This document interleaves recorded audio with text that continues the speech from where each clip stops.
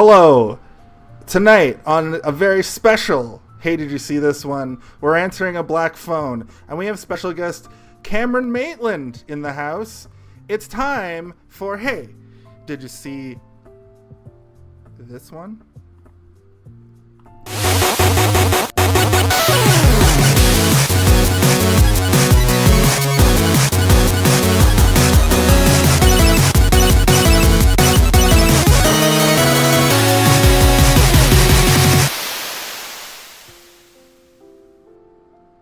Oh, hello, it's us again. We're doing a show. We're here. It's Thursday night, and everybody's watched The Black Phone, the most boring horror movie I've seen in a while. I think I turned the music off. Did I? You hear it still? Weird, because I can't hear it. Okay, I got it. All right. Tell me if you hear this, though. Tell me if you hear this. Weird, I can't hear that. Trippy. Okay. It could be. It could be that I've mucked it all up. Just do some quick technical difficult. It is. Yeah, exactly. Whatever. It's Thursday night. We're here. We're talking about a movie. I'm your host for this evening. A special guest on the show, as I mentioned in the intro, Cameron Maitland. Can we get an applause button for that? Yeah, we absolutely can. Well, let me take that again. Special guest Cameron Maitland. Where the fuck? Wow. No, I knew it was coming, and I still got me. Still wave. I love how we totally talked for a while and then I just fucking botched all of that. I'm joined as always with my pals and co-hosts Steven and Kaylin. How's everybody doing tonight? That's great. So we like to start the show up every week with going around the room and talking about our history with the movie. So what I like to do typically is let the guests go first. Cam, I ran down how the show works. Basically, just give us your wild, vast history with the movie The Black Phone. I have some history because I did see it in theaters. It was at a time where theater going, I think it was 2021, the summer of. So I think it was still a little dicey and a lot of people didn't go, but it was actually kind of like a nice time to go to the movies.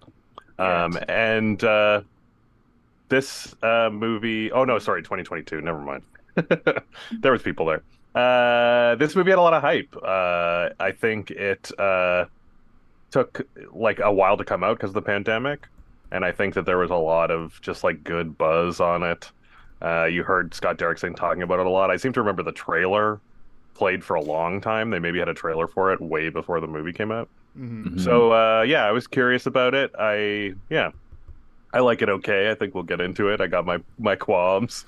I don't hate it as much as you did, I think. But, yeah. I was happy to watch it again. I went a little bit too hard at the beginning there. I think there's more to say about this than it may deserve.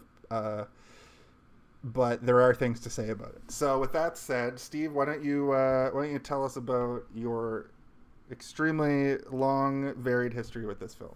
My lengthy history with the movie The Black Phone. The Black Phone. I remember seeing the trailer for this and being kind of interested. I do sort of like psychological horror a little bit more than supernatural horror. Little did I know this movie was going to be so full of ghosts and stuff. And I was like, oh, okay.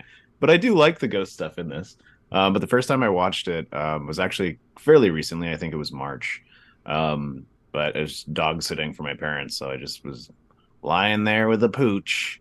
And I didn't, my first introduction to it was probably from the trailer. But it kind of vanished for me. And I'd forgotten about it until it was available on on-demand services and stuff. And I was like, I was kind of interested, if nothing more than the creepy mask and top hat combination. But yeah, not a lengthy history. fairly recent watch, but like Cam, I was kind of interested to watch it again because I did enjoy it the first time I saw it. We didn't get enough of the mask and top hat, if you ask me. I think that's the draw here. I think like unlike Megan, where which we did last week, like you see the doll and you're like, that's all I need, and then the movie sort of built around that. This one, like the trailer was like the draw, and then they just showed you pretty much a bunch of mysteries in the trailer that are very quickly answered. Like You like the phone itself. I agree, but I mean the trailer wasn't sort of it didn't give you everything, so there was enough intrigue to keep you going. But yeah, they don't really sort of explain how the ghosts are communicating or why, or it's just kind of like you have to accept it. This is why, because he needs to get out and he needs help from his ghost friends. That's right. Cam, sorry I forgot to mention that you are here representing the Hollywood Suite television channel. Oh, sure. Yeah, I mean, semi-officially, semi-unofficially, but that's my whole job, yeah. I didn't want to... I forgot to mention it to you before the show that I was going to mention that, Oh, yeah. I mean, I got the whole background. People can figure it out. Oh, yeah, right. So sorry about that. I just wanted to do a quick shout out to them, too, because their content is great, and follow them on TikTok and Instagram and all that, and subscribe to the channel wherever you can. Kaylin, what's your vast storied history with the film? Monday. Period. Awesome. Is there anything you want to add to that? Did you just watch it in one sitting one time? Sometimes you watch it multiple times. So Monday was my first viewing, and I didn't know anything about it. I don't recall any trailers or word of mouth or anything like that. But I also feel like I've been under a rock for a while. Check out the beard. But yeah, no. So I checked it out on Monday, and I was kind of a little bit surprised.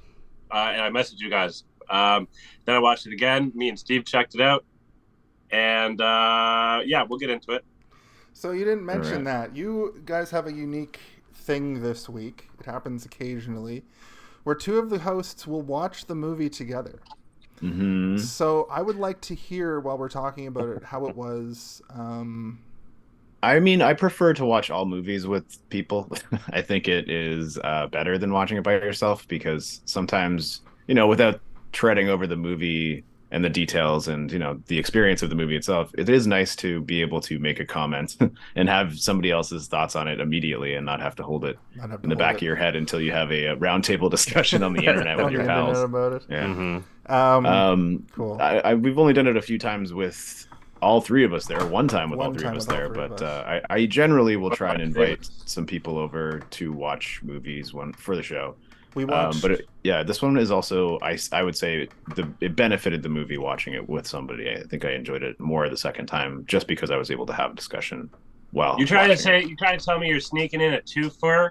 You're hanging out with friends while doing homework?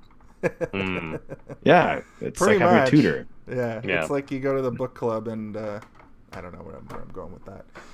I do like. Well, I mean, you've never been to a book club, no, Jason, have you? But I do kind of liken this to a book, kind of like a book club where sometimes I watch the movie on 2.5x, and that's like when you get the Coles notes. Yeah. I did not do Books that you for read this. with your eyes. I did not do that for this.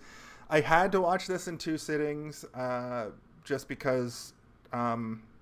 Unsettling? You got too scared? The grabber? No, I was whatever the opposite of scared was. I was I wanted to see what was going to happen next, but I watched it on my lunch breaks at work the last 2 days, which is if you're a watcher of the show, you know that's how I typically will watch a movie. As we've been moving into this place, I don't have a whole lot of time when I'm home. It's like I need to unwind, and that's just an excuse. I'm just making excuses. You guys know me. I just procrastinate a lot. So you gotta make love on every surface in your new home. I understand. Yeah, exactly. I recommend add a little Jell-O. Nope, never gonna. Jesus, Kaylin, we don't need to hear about this. Kaylin likes Jell-O milfs. Are the milfs like Jell-O, or is it Jell-O and milfs? Little column A, little column B. Okay. But my history with this movie is that, but also we watched the trailer for this we tried to do a short-lived like trailer show where we'd watch trailers. I might You bring saw this One of these. Yeah. Oh, yeah. I might bring that show back now that my internet connection in this place is crazy. It might work, but typically it would just be too choppy to work. But anyway, I digress. We saw the trailer for this movie, and I built this thing up in my head completely differently than the movie is. It plays like a pretty standard, almost like a Stranger Things, kind of like the kids are the main characters, and they're trying to figure out this like mystery. It reminded me of that, and it reminded me of I always say 8mm, but that's a completely different movie than. Oh no. That's a different kind of pervert. A movie about kids. What is the J.J. Abrams one? The J.J. Abrams one. Super 8. Super 8. Not 8mm. Not 8mm. Also, isn't that called Super 8mm? A great double bill. Yeah. About 2 great 8mm films. What if the guy had in his vault just the movie of that alien from 1980, whatever? Right, true, yeah. And Nicolas Cage was trying to find the alien. That would be great. That might be better than both of the sum of both movies. But anyway, did you make a sound for the body of the movie? You should make it go, ooh la la. Ooh la la. Oh yeah, you got it. Ooga. But we're here. This is where we have all the freedom in the world. We just talk about the movie now. I'll mention we used to go beat by beat, but this movie is another one that lends itself to just sort of. Jason, I got to interrupt you for a second. Oh, do you now? Oh, do you now? Shit. I got to interrupt you for a second. Hold on a second. Oh, do you now? That's when they said the name of the movie in the movie. They did not say the name of the movie in the movie. Wow, what a great first run for that sound effect. This is great. I understand why your fans tune in every week. Yeah. I think that we should do more comedy of error fail stuff because this is actually very entertaining. I'm enjoying it. Yeah, that's true. Despite the fact that when they were making this movie, the director was probably like, we could do a title drop. And somebody with a good brain was probably like, we have a literal black phone in this movie. I'm never a fan of when they say the name of the movie in the movie if it feels forced. Like, have you seen Gone Baby Gone? Do they say Gone Baby Gone in it? Yeah, they do, and it's the most clunky bullshit you've ever heard in your life. So I think keeping it out is wise as much as possible, unless the movie's called Spider-Man and they have to say Spider-Man a bunch in the movie. Yeah. And it's also good that this wasn't called The Grabber, which would be a terrible name for a movie. That's the Asylum version. It's called The Grabber. Here's a thing we can do, though. Here's a segment that we could do right at the top of the show because it's something we could talk about. Do you want me to say what the segment is and then do the sound, or do the sound and then the segment? We're ironing everything out here tonight, people. You want to Muppetize them? No, we don't have a sound for that. And also, we don't do that. We stopped doing that. Steve hates it. Do the sound first. Do the sound first. Are you doing a sound right now? Oh. The Home Alone of it all. Oh, what do we have here? Are we doing the Home Alone of it all already? Right at the beginning of the episode? Yeah, fuck it. Fuck it. Steven and I were debating this the other night. I'll tell you what it is. So, Cam, just for our viewers and first-time viewers, and if you don't know, I know I told you this because I told you this when we went to see Indiana Jones, but the Home Alone of it all is essentially when Kevin McAllister slaps down the blueprint on the table and starts getting that house ready for thieves to come in, and then just starts fucking WMDing them with fucking pipes and paint cans. World of mass destruction. And he lights a guy on fire and turpentines them. He fucking tars and feathers them with nails. So in this movie, in my opinion, it's when Finn gets kidnapped.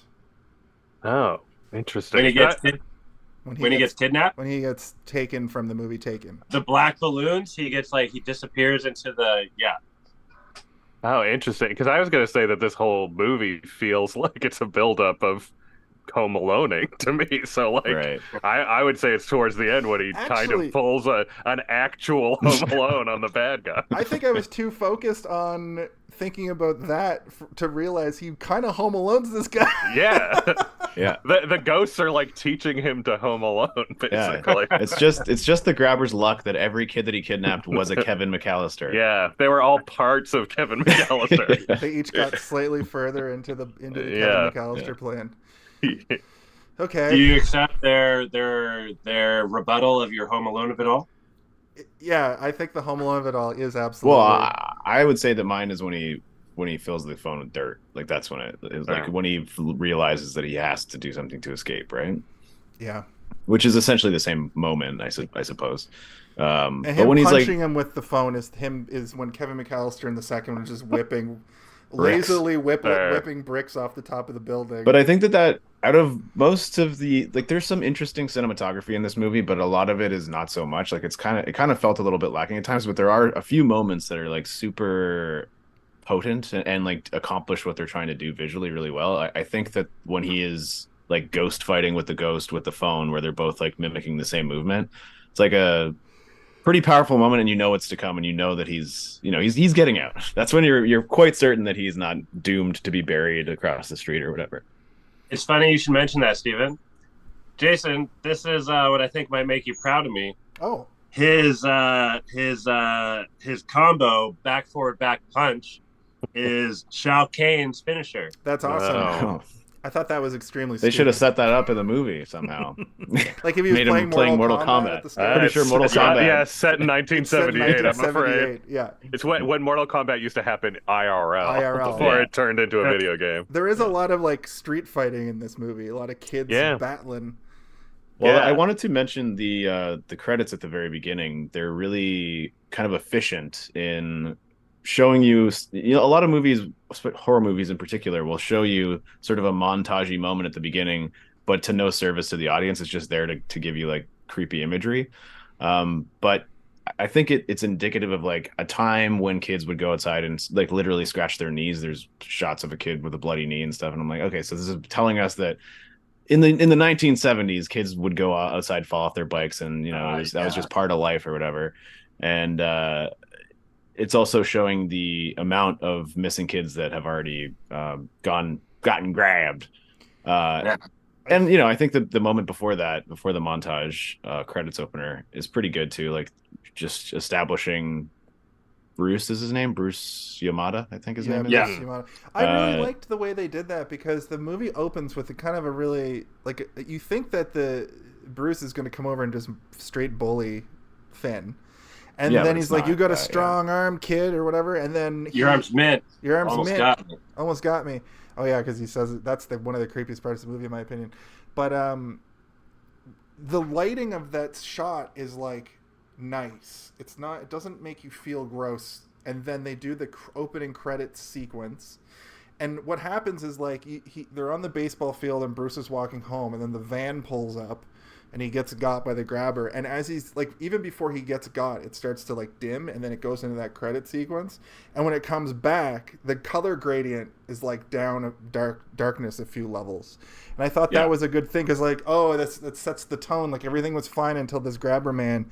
And the other thing that it creeps me out about it is when I was a kid, I lived in like rural Nova Scotia, and it was one Grabbers of those everywhere out there. I hear. Yes. Well, the thing is, What do you like, do? Roll a hoop down the street with a stick? pretty much.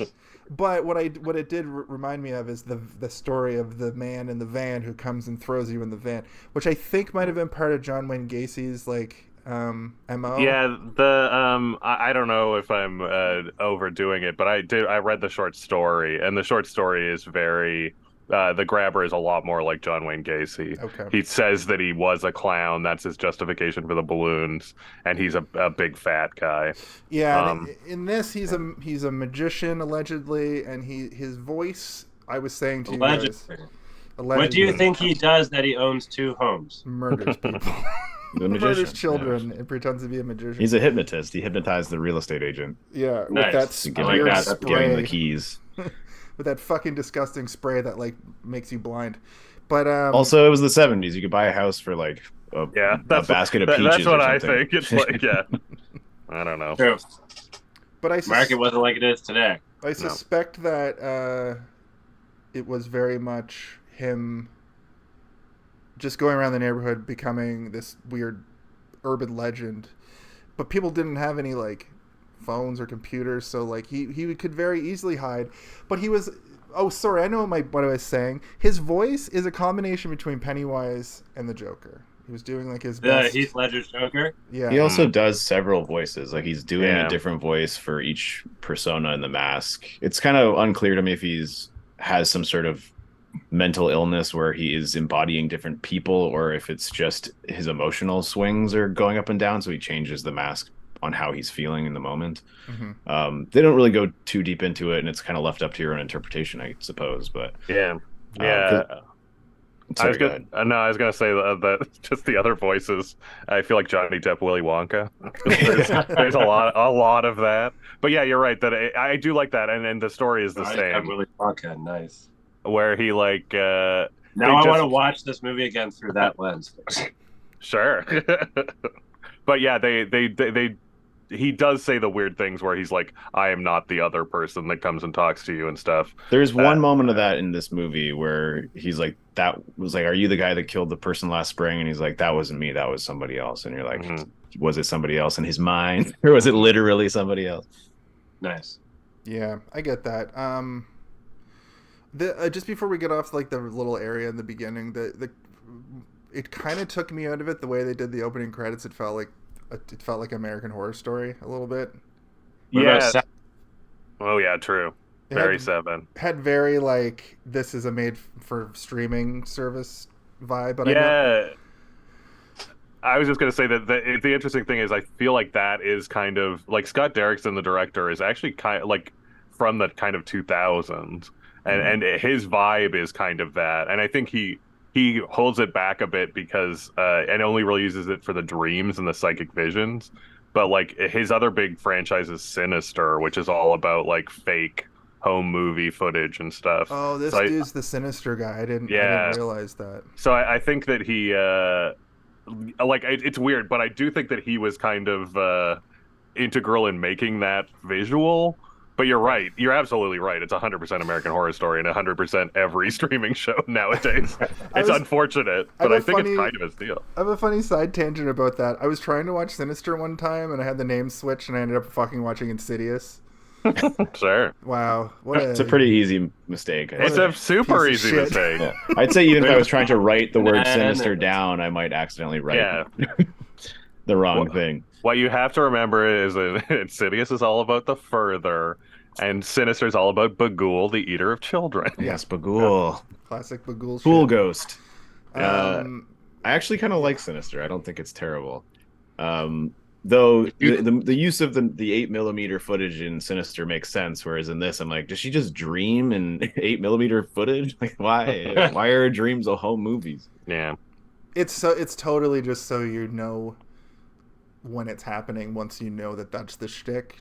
But yeah, it's just a visual choice, but it's like, so it's an odd choice, you know. It doesn't feel dreamlike to me, but I guess it kind of maybe home videos were new to her or whatever. Like that was the thing at the time, so like that was kind of like relevant in her mind. That's a good theory actually, because it would be very prominent. It would be like how the internet is now. It would be like not now. Be like how AI is now, I guess. It'd be like how the internet was in the early 2000s. We all know that Jason dreams in TikToks.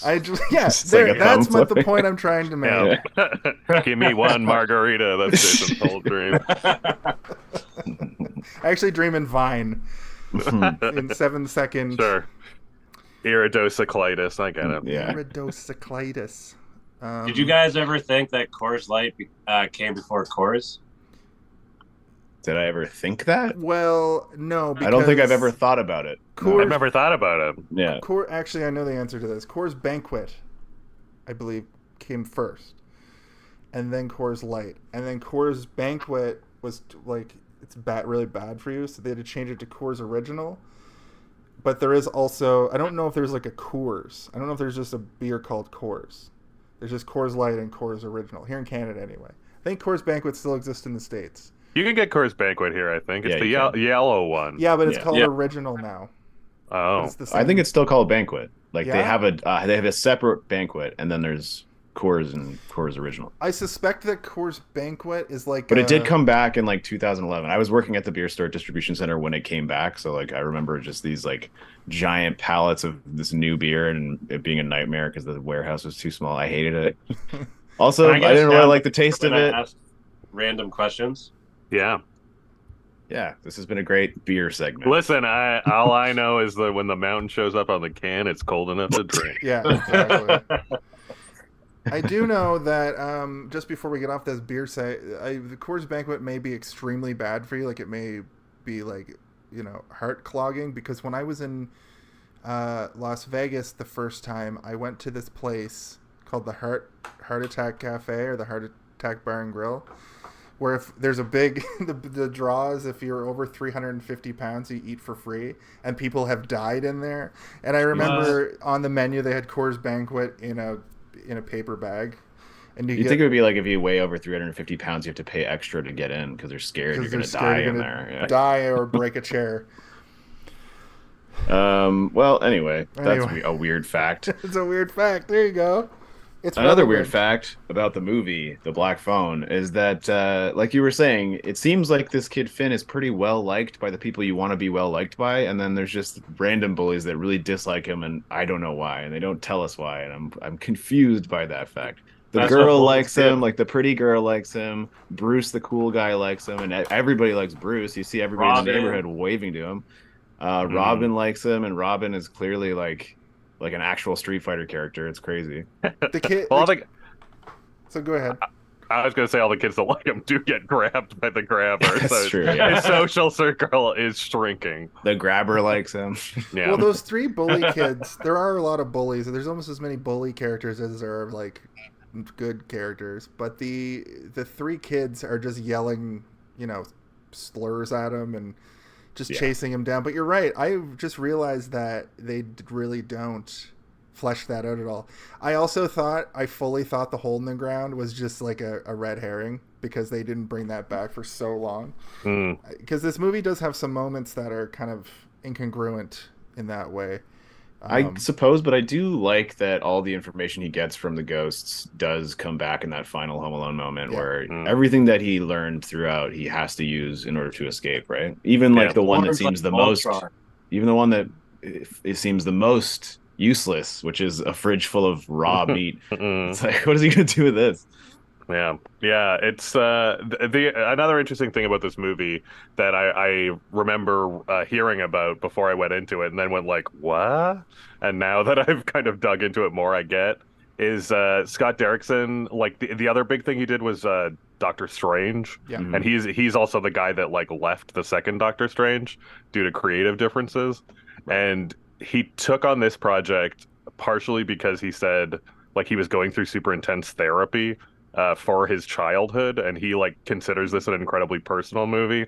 And having now read the short story, pretty much all of the bullying and all of the abusive father is creations for the movie. So part of me thinks that it's him, like, exercising those demons in that way. And I think he grew up around the same time. He talks a lot about 1978 was kind of the like year of serial killers when like all the famous ones were operating and Gacy got caught. And so I think, a lot of he fleshed out a lot of Finney, especially with like just his personal experiences. Because I do think the abusive stuff is like well done. For like the abusive parents, but it also kind of doesn't, other than the fact that the grabber is also kind of like he also hits people with a belt. So you're like, but it doesn't. They don't quite match. It does feel a little flavor. Broken. Yeah, and I mean, especially the father character. That actor, I forget his name, but Jeremy Davies. Yeah, I mean, he's kind of hit or miss for me in a lot of stuff because there are moments in this movie, especially. Where I'm very much aware that it's a performance and it's not, I'm not falling into the character as much as I'd like to. I wanted to talk about this because the father, Jeremy Davies, you said, he's Faraday from Lost, and in that he plays kind of like an eccentric guy. And then I didn't see him anything for a long time, and he's in God of War, He plays what's the dude's name in God of War that he plays? Balder. Yeah, he plays Balder, and in that he's closer to like this character almost. But in this, when he's interacting with the daughter, it came off to me as like a weird overact. Like he's overacting as this like alcoholic, and when he's like hitting the daughter with the like when he's doing child abuse to his daughter, it's horrible, obviously, because it's a very real moment. But in that moment, I think the performance of the daughter is far more believable to me than his. It is a little bit over the top, and Exactly. I know he's supposed to be playing a drunk at 9 a.m. or whatever, but the logic isn't there. But at the same time, as an example of parental child abuse, it is pretty accurate. Parents who abuse their kids often don't see that they're doing it, and there'll be moments where there's like love between the parent and the child, and then there's moments where you fear them like they're an actual monster.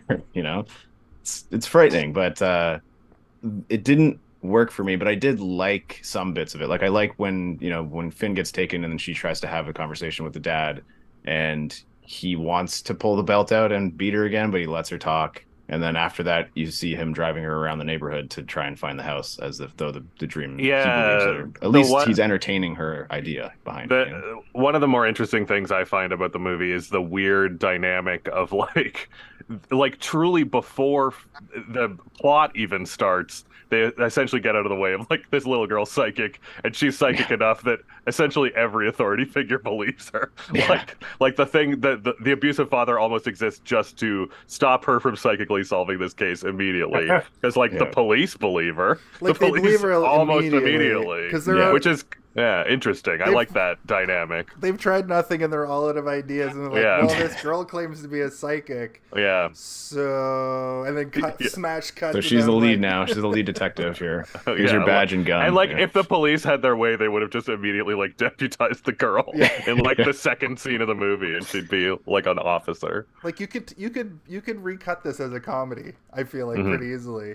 Yeah, just change the color grade. Yeah, I do also think that that's a weird part of Scott Derrickson's vibe, and the vibe of Sinisters as well, that there's always the comedy edge. And James Ransone, that's like Ethan Hawke's brother, that guy is always a borderline comedic performance in these movies. That guy's from The Wire, yeah, notably, and he shows up in a lot of he's in It as well. In It. Yeah, he plays like the guy who's always sick or whatever. Right. Yeah.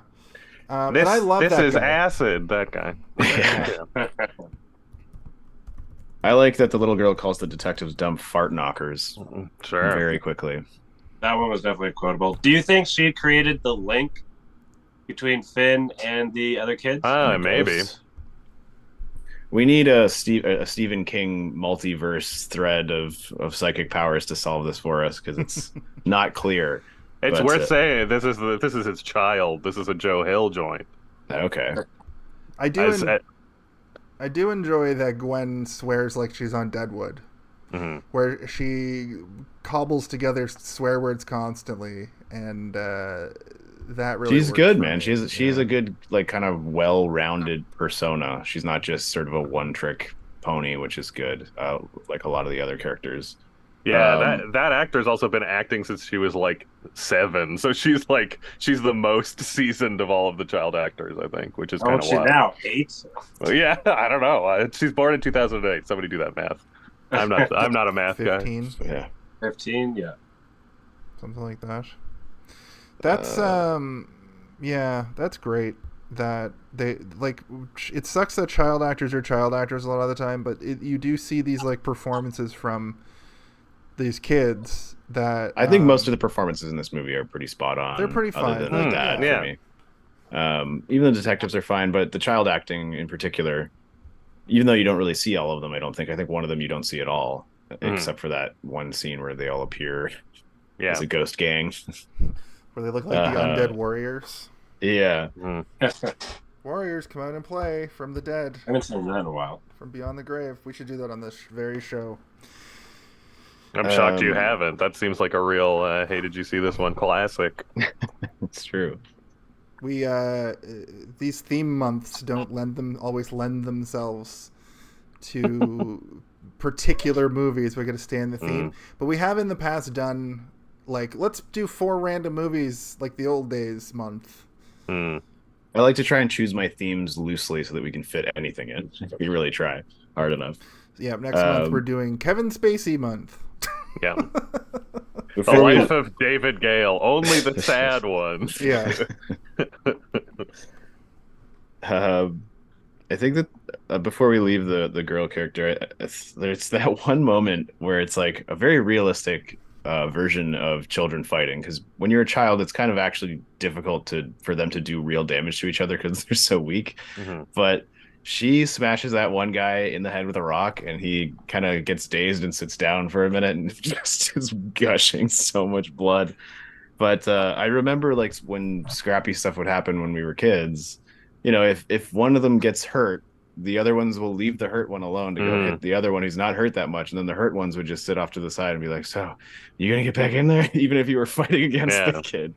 And it's funny that she, like, ends up sitting by the kid that's, because she also gets hurt and just sits by this smashed kid, and they're like, yes, and they're fine with it. Yeah, that's, I mean, this sister character is really interesting to me too, because that is also, the sister's kind of in the short story, but she's older, and it's only, like, lightly implied that she has this psychic connection, and she's barely in it. So I feel like this is pretty much wholly made up for the movie, and it's a pretty interesting side. And I mean, it's mostly red herrings and, like, kind of trying to mess with you, but it works. I think that plot, you kind of actually wish that she was able to be more helpful, you know, overall. But yeah, this had kind of a similar vibe to Stephen King's In the Tall Grass. In that they took a short story. Also co-written by Joe Hill. Oh, okay. Yeah. Nice. Joe Hill, eh? Stephen King's son. The one that doesn't say King. Yeah. Interesting. As for the other kids, I think so much like him. That's fucking creepy. Genetics. I think that Robin rules, even though he doesn't really get too much of an arc or anything.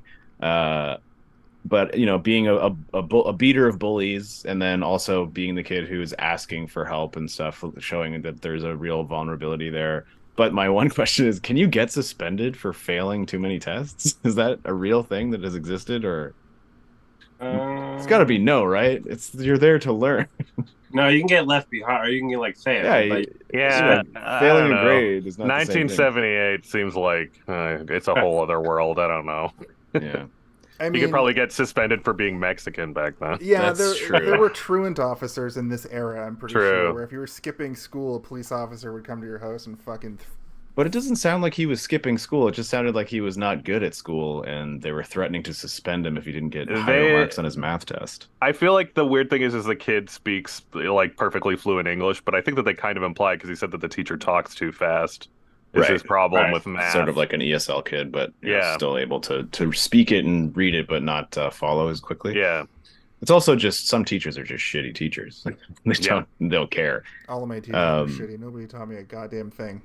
Oh my gosh. They taught you not to get taken by that van person. Yeah. That's true. Grabbed. But that thing was like more like and this is something I wanted to bring up.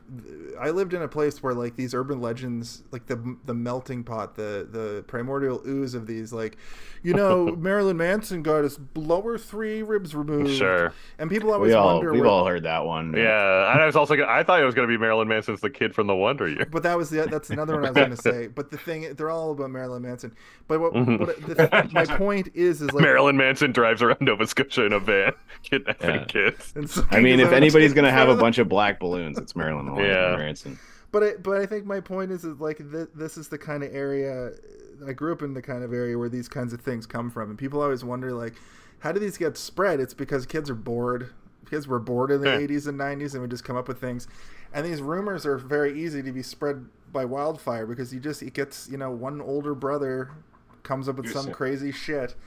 There's even a line, though, where it's like, you know, the sister is saying, Gwen is talking about the grabber, and Finn is saying, you know, don't call him that. It's not a good thing to talk about. And they're adding that sort of urban legend flair to it, sort of like a Bloody Mary or whatever. If you say his name, he'll come for you.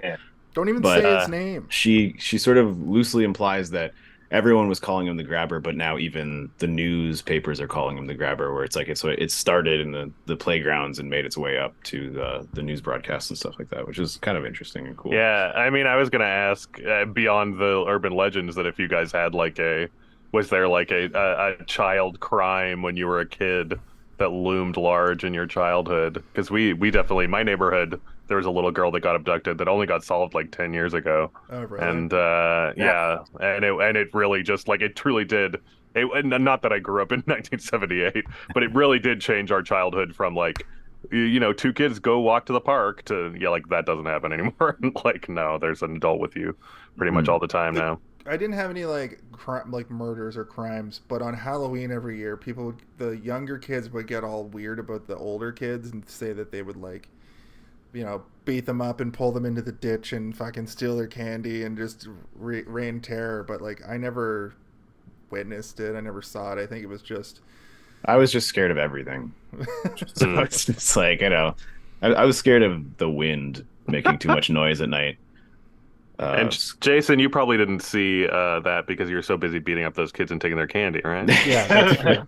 I watched too much In Search Of when I was a kid, and I was deathly afraid of UFOs coming to take Bigfoot? me. Oh, UFO, sure. And Bigfoot, because I lived in like I said, rural Nova Scotia, surrounded. There by actually forests. was a massive UFO sort of phenomena going around in the early 90s when I was a kid. Like everybody, there was like TV specials on weekly being like, what strange lights in the sky. And you guys did Fire in the Sky, right? Am I misremembering that? Did you guys do that one? No, I you do should have it do on that my one. list. Yeah, because that one is like pretty fucked up. The two that kind of came out around then were super disturbing, and there was always ads on TV when we were kids. Mm-hmm. Yeah, I remember having the regular movie network and them showing the ad for Fire in the Sky constantly. Mm-hmm.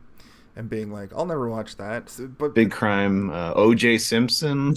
That happened when I was a kid. Yeah. You kept waking up in a cold sweat. OJ's gonna get me. OJ's gonna get me, Mom. Lorena Bobbitt. Mom, don't let me marry OJ. Yeah, Lorena Bobbitt. Lorena Bobbitt cut that man's penis up and threw it in a field. Yeah. Joey Buttafuoco's gonna get me. Beat me up.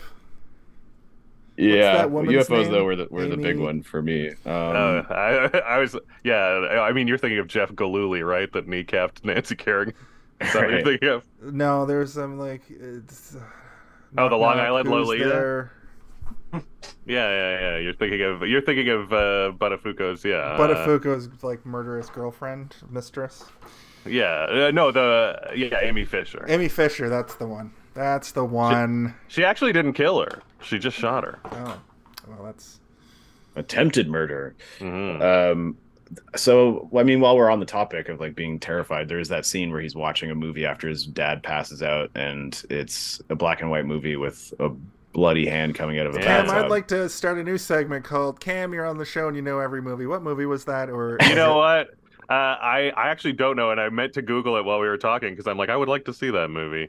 Especially if that's its like effect. If it's like the opposite of. Yeah, it was cool, like a Wizard of Oz ship. Yeah. Like you know what?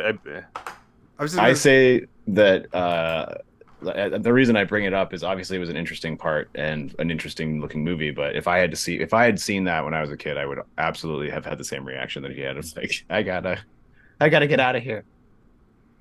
It reminds me of Ghostbusters 2 with the goopy bathtub. That's what it reminds me of as well. Which also scared the shit out of me when I was 7 or whenever I saw it. Purple goo. Purple goo. Yeah, the pink ooze under the city. I can't seem to find it right now, but maybe we'll. I'm wondering. Later, I'm wondering if it was just made up for the movie. No, it looked pretty authentic. Looked too authentic to be, but maybe it could be. Well, you guys keep talking. Yeah, Bloody Hand movie. We'll figure it out, folks. The coolest kid in the world comes to his rescue. This kid is a hero. It's The Tingler. It's a classic. It's a very weird movie. It's like one of the William Castle movies where they're like, The Tingler is in the theater. It's one of those. Okay.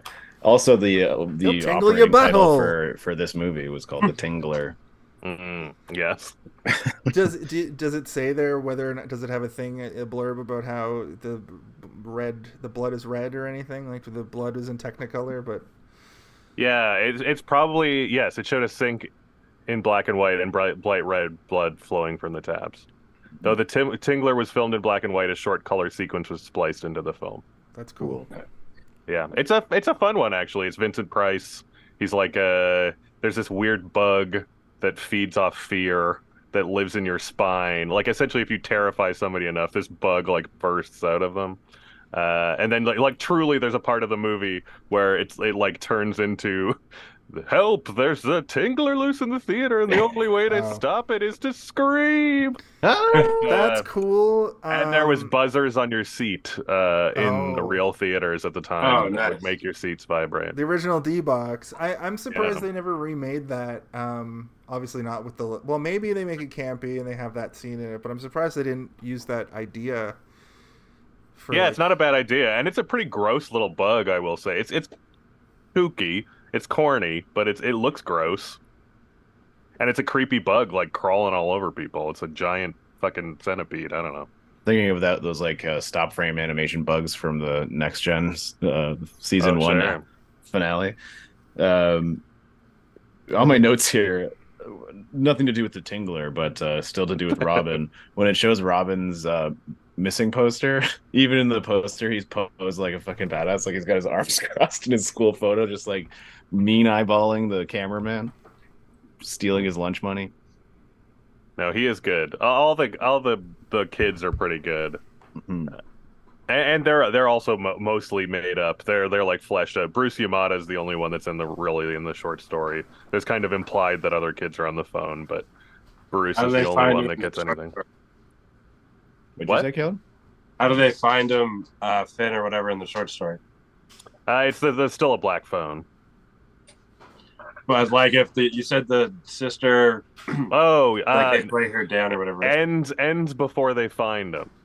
Ah, yeah, he has a dream of his sister finding the black balloons, and actually the kids on the phone tell him that your sister really found the balloons, and nice. But it ends pretty much where he's choking him out. It's like it's a little cornier that I think wouldn't work in the movie, where the phone starts ringing and Finney goes, "It's for you," which is pretty good. I like that. At the end of that, they like right at like kind of the climax. He's in the hole. He's beaten up and he's choking him out, and then he puts the phone up to his ears, and they all do their catchphrases at him. Mm-hmm. Yeah. That was something you don't see a lot in horror. Yeah, it was movies. the Avengers Assemble moment. Exactly. I liked how their catchphrases kind of had like dualities to them. Like they were clues during like the building up to that point, and then they were also the final word to the bad guy at the end. Yeah. In their own way. Yeah. Yeah, they all have like everything they said applied. So the one thing that left me wondering is what the point of the breaking into the meat locker was. For the dogs, or for the dog. To distract the dog. He gives the dog meat at the end. I fully didn't put that together. You don't see him go back in the hole, but that's like the implication. He kind of looks at the. He throws the steak over, and the dog eats it, and he can walk up. Yeah. That's it's awesome. an important thing that seems completely useless when he first finds it, which is why he has a breakdown right after that, right? He starts crying because he's like, "I'm never gonna get out of here." But it's like, no, you if you didn't have that meat, you wouldn't have been able to get out of there. It was one of the best cries in the movie. Mm-hmm. Yeah, I mean, I think his interaction with each kid was also interesting as well. Did you guys get the vibe that Griffin was kind of probably a little shit in real life? I guess. He's like constantly laughing, like he's like a dead ghost kid laughing, but he's also the one that makes him have to escape, right? Or he's like, you have to escape now, or he's gonna get you. Mm-hmm. But so he sends him out there, which breaks the trust, I guess, that the grabber has sort of built between the two of them. But I got the feeling that he was like, I don't know, enjoying himself too much as a ghost. He seems like he's up to no good. He had the most like personality. Maybe was he the first person killed? The first kid? Yeah, because they do. I was gonna say they do have the weird thing where they're kind of losing themselves and don't remember who they are. So maybe he's become a little more sinister. So this I like movie, this movie isn't like overtly scary, but I found the scary parts to be like the psychological. Like we talked about this for that last Child's Play movie, where like it's not a scary movie, but like thinking about these kids like shooting at each other, not knowing because Chucky's like come up with this elaborate ruse. Just thinking about these kids like being in like a purgatory or like undead world and not knowing anything about themselves, like that I think was the scariest thing. And I was like, all hope is lost for Finn. He's trapped here. Like, how does he even get out of this? Obviously it's all going to work out in the end because but maybe it doesn't. Maybe that's the draw of this thing. It ends in not a happy ending. But what it will say, another thing that I was bummed out about is there wasn't a lot of like jump scares or gore. There was a kind of a jump scare when they like the flashlight goes to like the kid hanging upside down. Yeah. But the head wound, the axe to the head part was by far the best like horror movie moment. Yeah. And that actually shockingly is in the short story. Oh, really? I kind of figured that was pure movie because I was like, that's a great movie moment. Yeah, But that is a great then when I movie. read the story, I was like, shit, that's fucking in the story. Weird. But yeah, one of the things he said, Scott Derrickson said he's really inspired by The Devil's Backbone. I don't know if anybody beyond Steve has maybe seen that, but it's kind of more of a weird hanging out with ghosts. Like it's more like a crime thriller with ghosts, if that makes sense. And there are a few moments like weirdly the grabber fucking up his ankle is like straight out of Devil's Backbone. But yeah, it's kind of an unusual, it's a Guillermo del Toro movie, so it's like kind of that vibe. And I think he hits it sometimes, but it is weird because it's otherwise somewhat traditional. Like you say, it has the vibe of a horror movie without really being a horror movie. This could be in the Cabinet of Curiosities, I think. Sure. I think that was I only watched a couple of them, but they did kind of have you could totally, if you remove all of the the sister storytelling, you could just have him in the basement as a short episode and it would work, I think, more or less the same. Not to say that I didn't enjoy the movie for what it was, but I think you could trim a lot and make it a short film. A note that I made in my notes was worst escape room ever. Yeah. Or maybe he's just really bad at escape rooms. Because I feel like I could have got out of there. He had to use up all 5 of his hints to get out. That's a little escape room humor. If you've never worked in an escape room, you might be like, what? But yeah, a little behind the curtain, the people running the escape room, we had a certain amount of like hints we're allowed to give, and once you exhaust those, you're fucked, essentially. Or you had scripted beats that you had to hit within a certain time period, so we would try and give you hints based on where your progress was at what point during the hour. A little friendly nudge. It was a lot more of an equation than people probably realize, not having been behind the curtain. Exactly. I had one guy come into the escape room one time. I don't know if you guys were working or remember this, but he like just was a dumb fucking guy, like just stupid. And he like pried open the box with the final key in it. And he was like, I got it open.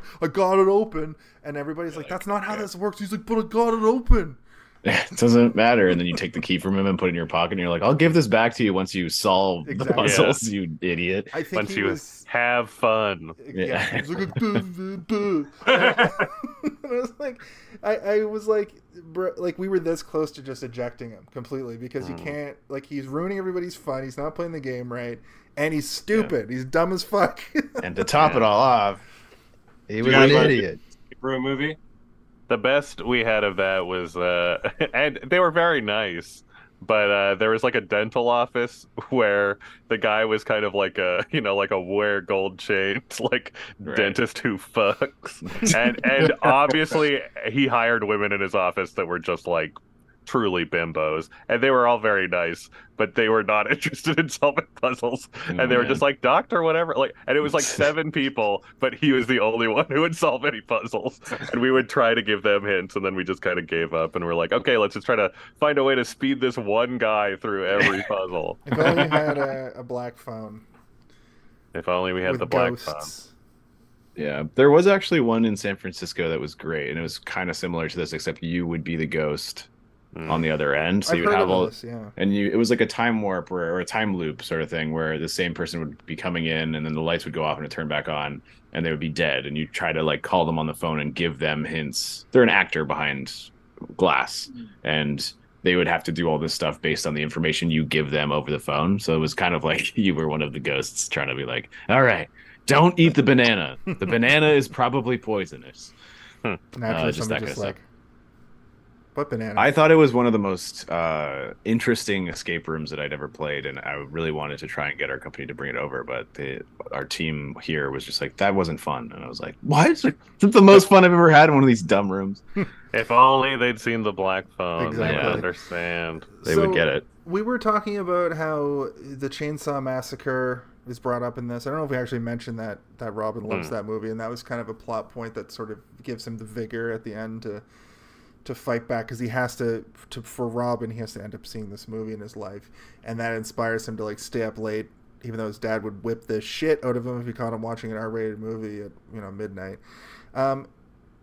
The Chainsaw Massacre, I imagine, since it's like a 70s slasher, it probably is legitimately scary even to like adults. Oh yeah, it's fucked up. It's a real punishing. It's film. a real fucked up movie, as I understand. Even still, right? I've never seen it. Beyond. Like it's corny in some ways because it's a very independent sort of movie, but it just has an incredibly punishing like torture scene almost, if that makes sense. That's pretty much. There's some great jump scares too. Like it's a interesting and fun movie, but it's a tough sit mostly because there's this like prolonged dinner scene where they're just like torturing a lady, and it's just. I don't know if you're the same, but if it's just a scene of somebody screaming for like a long time, that really does start to get to me, and I think that's one of its big. I think most recently, it's not a torture scene; it's just gross. But that extended puke montage in Triangle of Sadness almost made me turn the movie off in a similar way.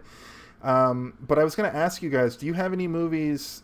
So we've talked about this a lot on the show. Every time we do a horror movie, we kind of bring up that me and Steve got into horror like later in life because I don't know if it's a combination of seeing things too early or not seeing things early in life. Yeah, I still blame The Evil Dead. I saw that when I was RoboCop 6 years old, and I should not have seen it. And it made me so scared to watch horror movies for a very long time. So. And Hellraiser took me a long time to actually sit through Hellraiser, like even as like a 30. I think I was. That 34. One's also still kind of does its job well. Yeah. Especially the first one when like the Goo Man just slowly putting himself back together.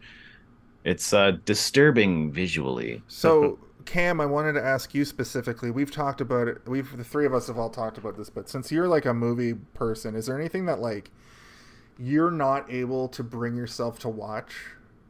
Oh, interesting. Yeah, now and again, there's definitely. I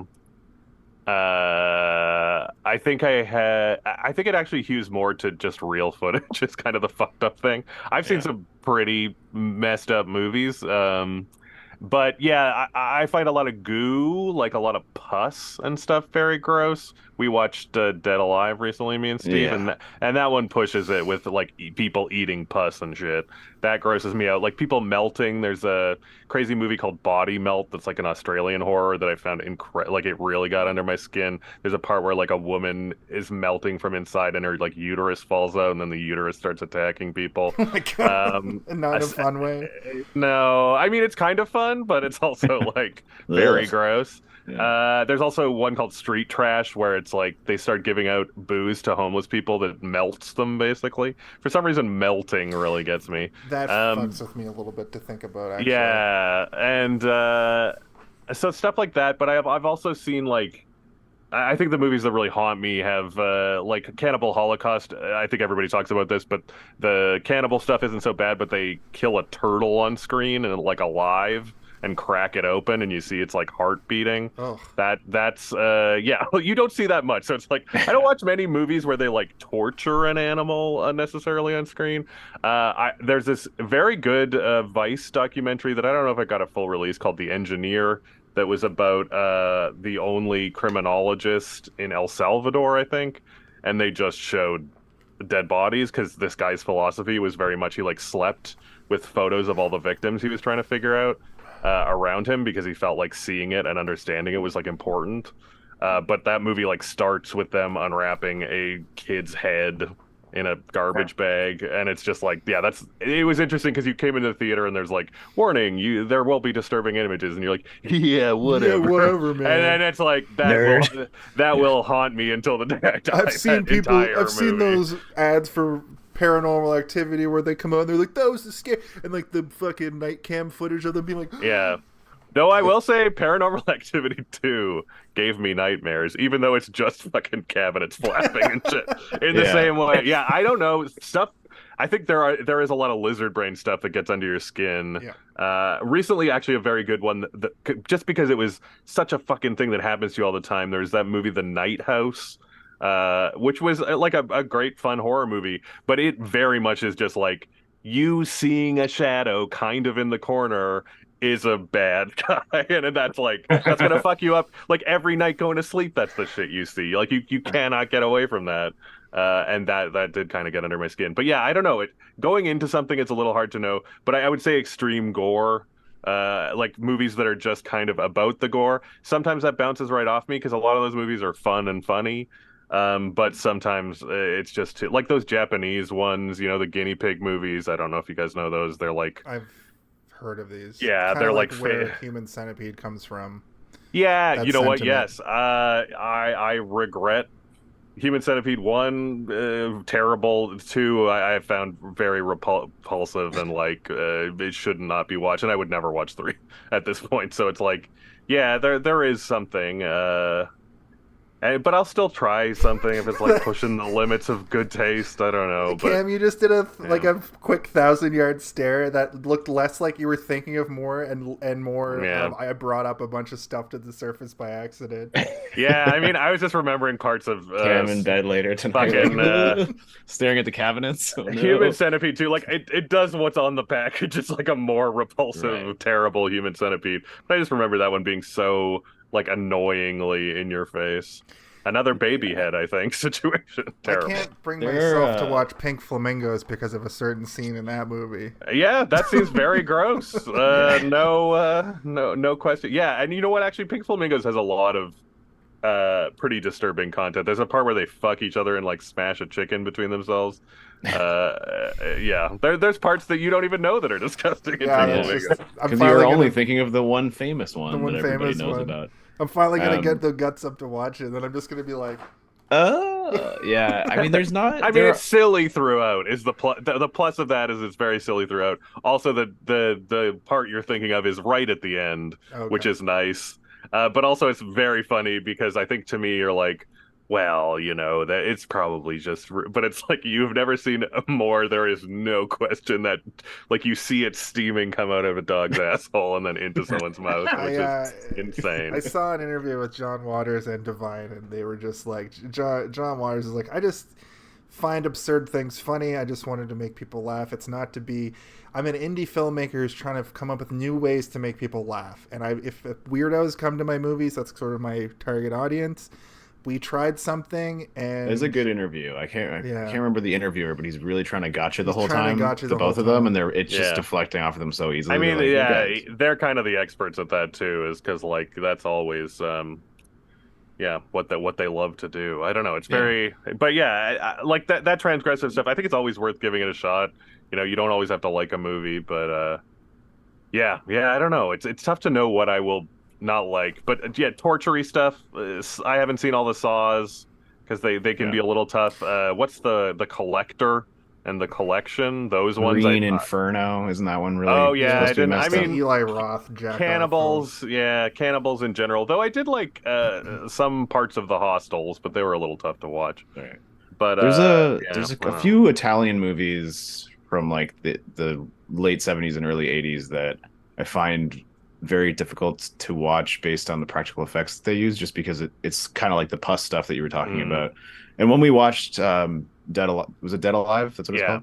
Yeah, there's a bunch of us at my house, and all of us were collectively groaning and shouting at the TV like throughout the movie, being like, "Oh my god, oh god!" Yeah. But like that's kind of the fun of it, right? That is the fun of it, because that movie didn't have me checking behind the doors of my apartment later that night, but there's a movie that came out years ago called The Fourth Kind, and that movie for some reason gave me nightmares. It's very similar to Paranormal Activity, but the way it works is it's theatrically filmed, and then they also have sort of like found footagey interview footage of like the real encounters. And you realize by the end of the movie that that's also not real, but like at the very beginning, unless you kind of researched it beforehand, you think that perhaps maybe this is real footage.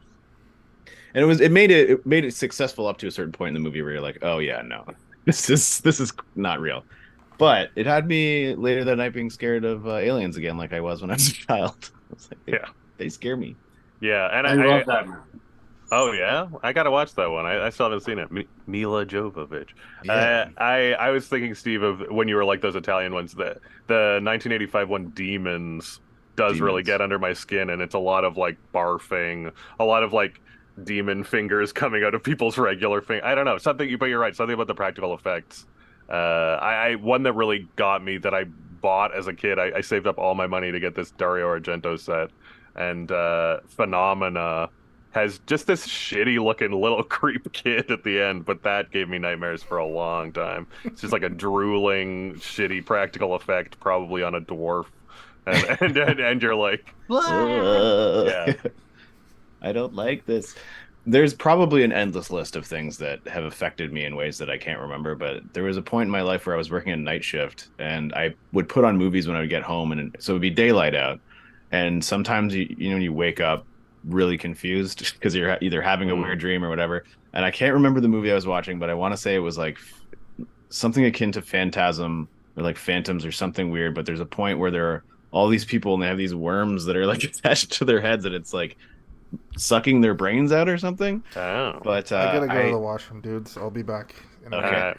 I need to figure out what that movie is so that I can there's a lot of fantastic Can of Worms. Yeah, true. The Disney Channel original film. Yeah.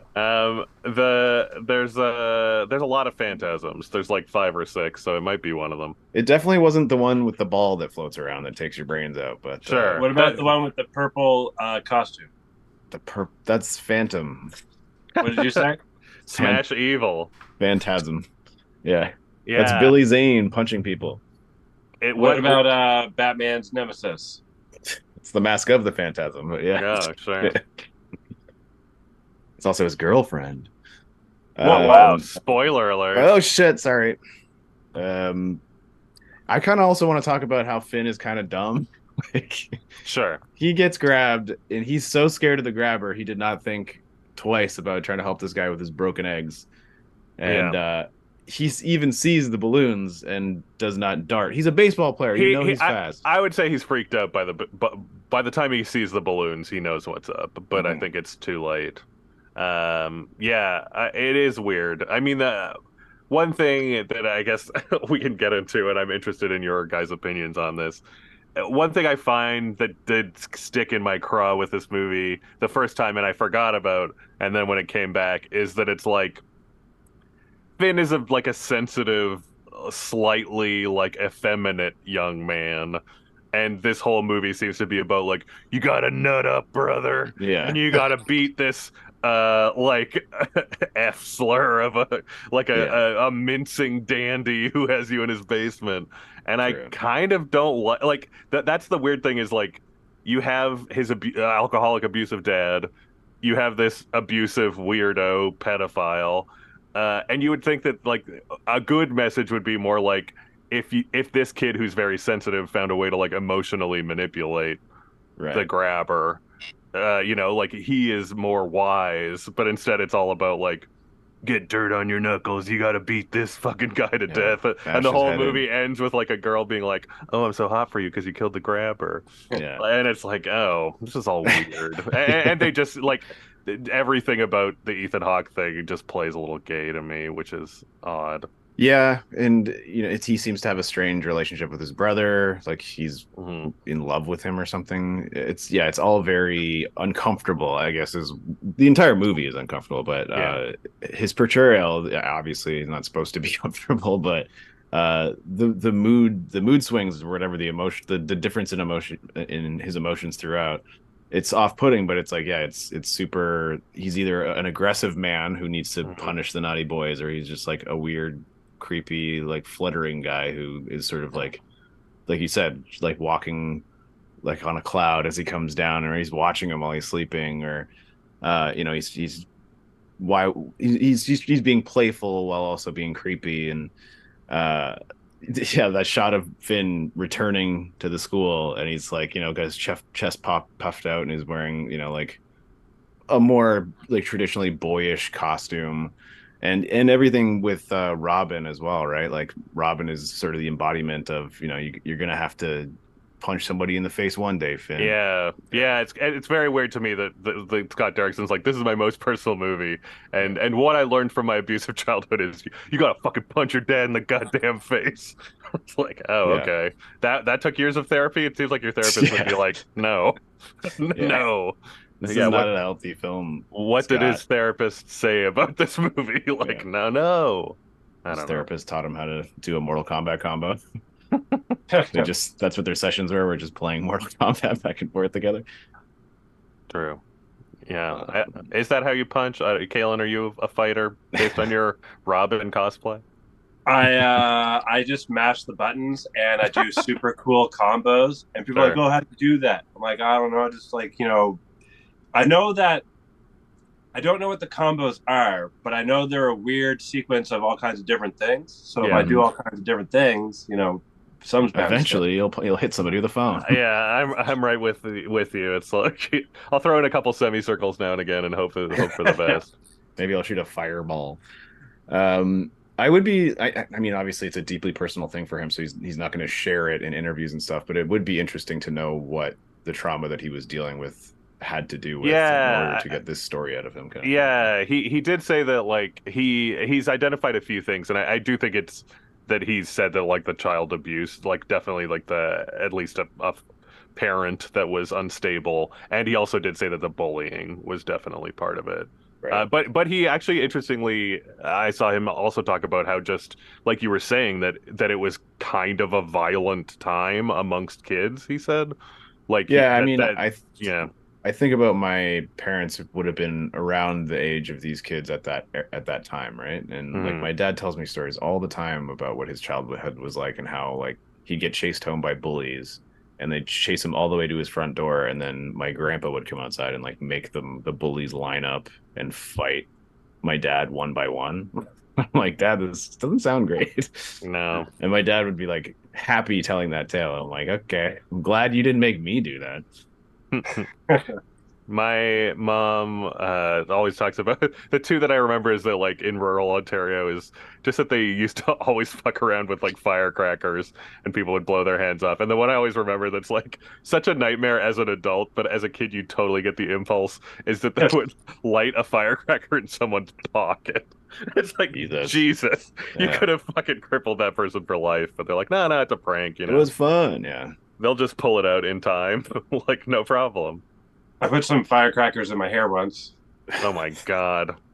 Is that what happened to all of it? Yeah. Oh no. That's why you've got that headband on, keeping your brain together. That kid in our school cracked a glow stick in his eyes because he was trying to get it in his hair. And oh my God. That's bad. Yeah, he had to go to the hospital. But if he got in his hair, though, he'd be on some Super Saiyan level shit. It did glow. Like it did. Yeah. When you mix it up, it does glow, but you just don't get it in your eyes. How did you guys feel about the mask design in this movie? I thought it's cool. Yeah. Have you either of you ever seen the movie Onibaba? I think it's like from the old Japanese horror movie. It's like it's what it reminds me of, at least. But also I saw on the Wikipedia they say it's like Lon Chaney in that Lost movie London After Midnight, where he's like the weird grinning. It's like the ghost from the Haunted Mansion is based on it, I think. Right. Creepy top hat man. Yeah, it's like right. Yeah. I want more top hats. That's what I wanted to say. True, more magic. Apparently, also on the wiki, I'm just reading the Wikipedia basically, but they say that Joe Hill has proposed a sequel, and he was very inspired by The Mask, which isn't in the story, but he's like, I'd like to, whatever the next movie would be kind of about the mask. Right. Yeah, it does kind of look sort of like that Onibaba mask that you're. Yeah, and that's like a cursed haunted mask in Cursed that horror item. movie. I liked how it had the interchangeable pieces, so it was able to have this sort of different impact depending on the sequence that he was in, right? Or like the combination of the two pieces. He's done it, ladies and gentlemen. Sorry That's what it sounded like in the toilet. Sorry about that, guys. Sounded like he set a firecracker off underwater. I've been having a weird belly day all day. So, sorry, I didn't mean to interrupt you, Steve. No, we're just talking about the design of the mask. The mask. And how it's interesting, and we're feeling real smoking. I was holding off. Okay, so all of us wear masks, metaphorically speaking. I was holding off on this because I knew that I was going to get hit. I was just kind of biding my time. And do you guys think, sort of you guys have just talked about this for 5 minutes, but was each phase of the mask symbolic more of phases in the progression of the story and where he was with the kid? Were they how he was feeling in that moment? Were they like indicative of his mood?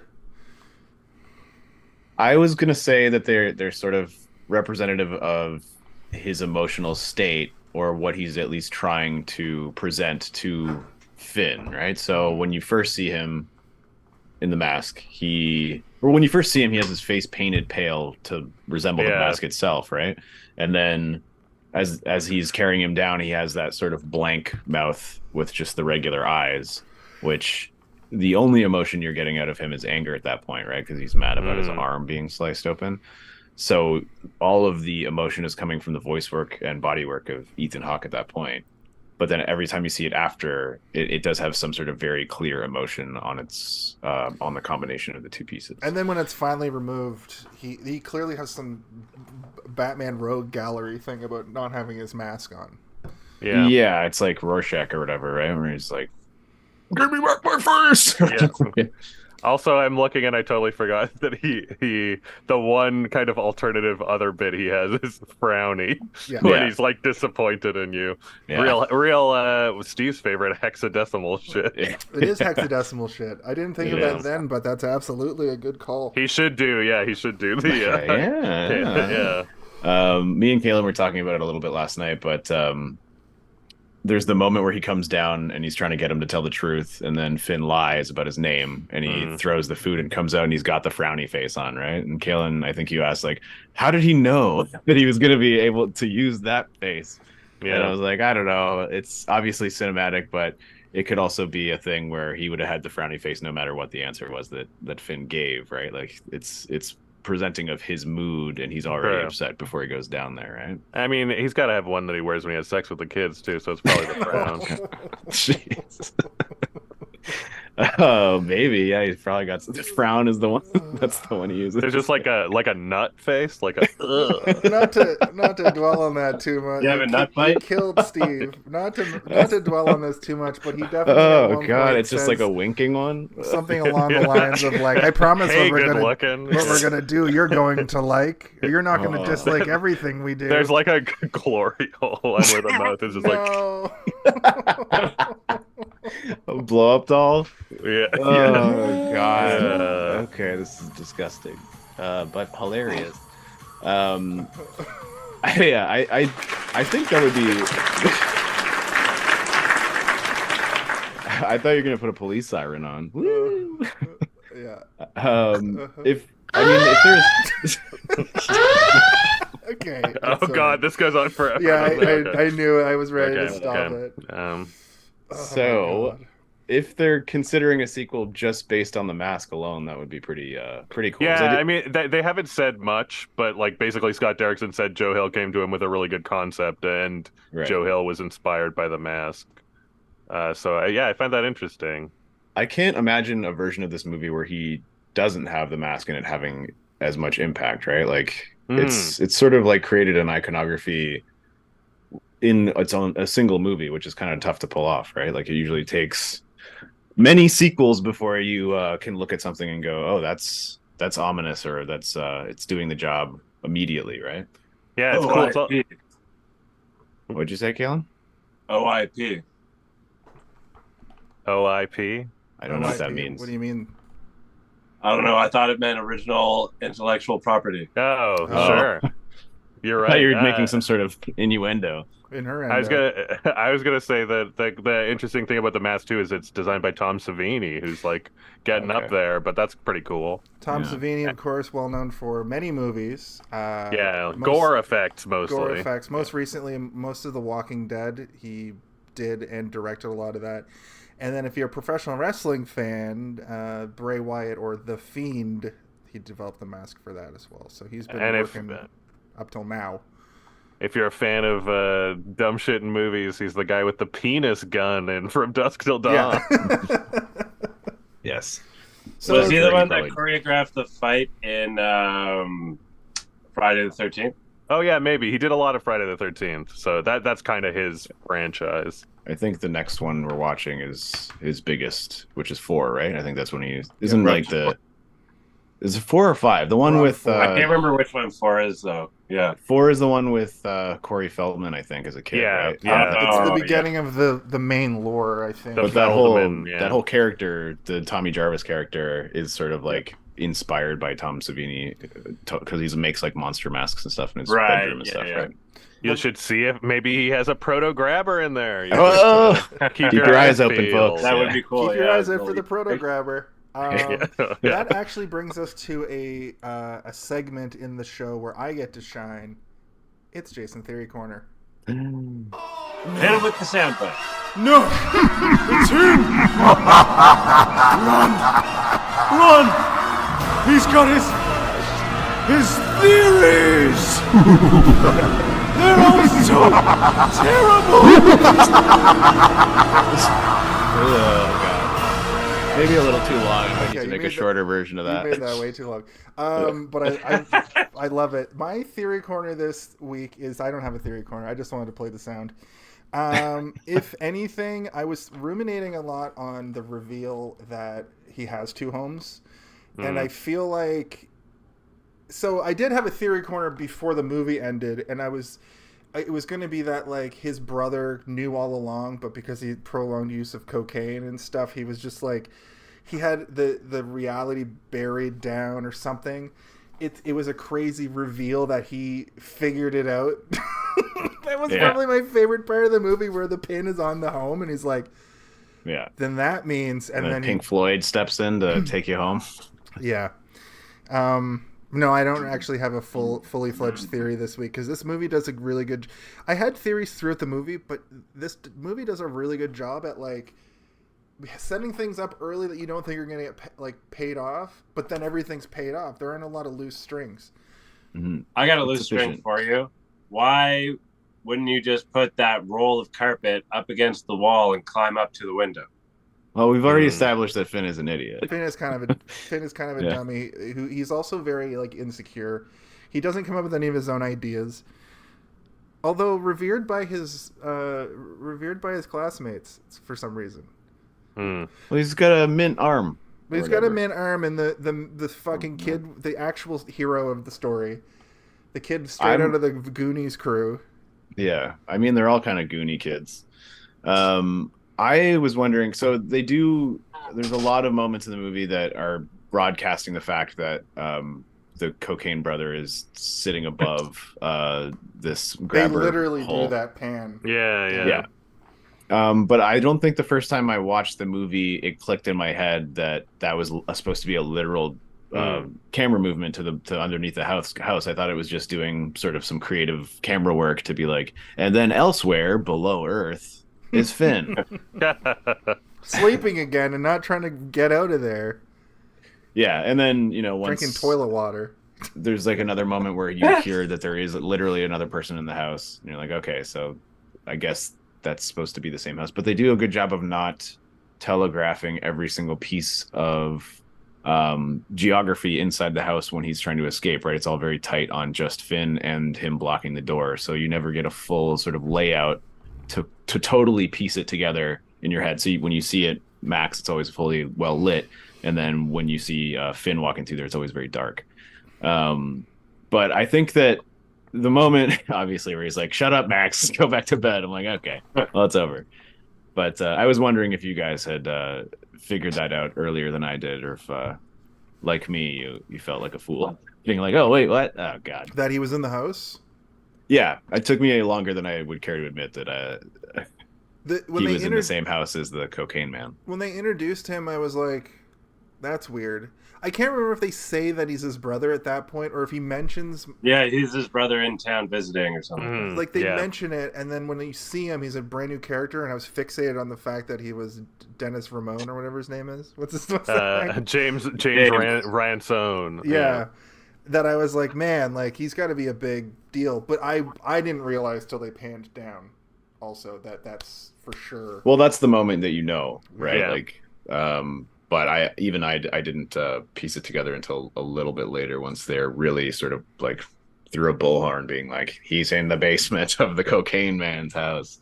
Yeah, there's an interesting thing with the brother that I feel like isn't quite in the movie as much, but in the short story, it's kind of like the grabber is kind of fucking up because of the brother. Like the brother was an unexpected person, and that's throwing off his usual grabber behavior. He has somebody in his front like living room trying to figure out the mystery. Yeah, and just like hooting the biggest And the interesting thing is, he is a cokehead in the short story as well, which is funny. But it's like, yeah, I kind of like that, and it's interesting that they didn't do it. Because I think it's a little more like, not letting the audience in on it, because it is a fun red herring. It also the fact that he's a crazy cocaine maniac, it makes it so that anything and everything that he says to the police immediately is going to be brushed aside as the ramblings of a coke man. He's very, if you guys have not seen Sinister 2, he is kind of like the main, and he's again playing it kind of that wacky heightened. He's the surviving person from Sinister 1, which also this is a Sinister re-team, because he's in the Hawks in Sinister 1 too. Yeah, but he's quite funny. That obviously Scott Derrickson likes that weird energy of this actor that's like in a horrible horror situation but being kind of silly, a goofbag. Yeah, not to bring up It's Always Sunny again twice in the same episode, but it did very much remind me of Charlie when he's in the basement in the mailroom trying to find Pepe Silva. It's Pepe Silva. All these things come to Pepe Silva, and nobody knows who Pepe Silva is. And Mac's like, it's Pennsylvania. Yeah. And the smoking man's there, and he looks over, he looks back, and he's not there anymore. It's fucking, I love that show. Let's just do a podcast about It's Always Sunny, but it doesn't go on the internet. We just talk about It's Always Sunny on Zoom. I was going to say that you're going to have competition from the one by the guys from the show. The only one that matters, that will ever matter. Although, funnily enough, they like don't really talk about the show that much. Because it's like when we try to do a comedy show on this podcast, where we're just like talking about just listing the funny parts. There's not a whole lot going on. Yeah, it's not a great discussion usually. Yeah, It's Always Sunny is very much that kind of show where they just like they talk about the bigger set pieces or the bigger moments. But or stories about when they're shooting, but also people reacting to their own work is often more interesting than other people reacting to it. Yeah, you guys are gonna love my birthday month. Oh God, it's all comedies again, isn't it? It wasn't all comedies last time. I'm calling in sick for the month of November. Kalen's cavalcade of stunted comedies. Yeah, you guys will finally watch Fart the movie. But the movie from Idiocracy. Oh man, we're not too far from Idiocracy. This movie actually got pretty good responses from all levels of criticism. Doesn't it have like a sitting around a 70 on? And that was like 76 or something. Yeah, that's good though. That's like not a poor rating. Yeah, horror movie. What is this? It's very good for 13.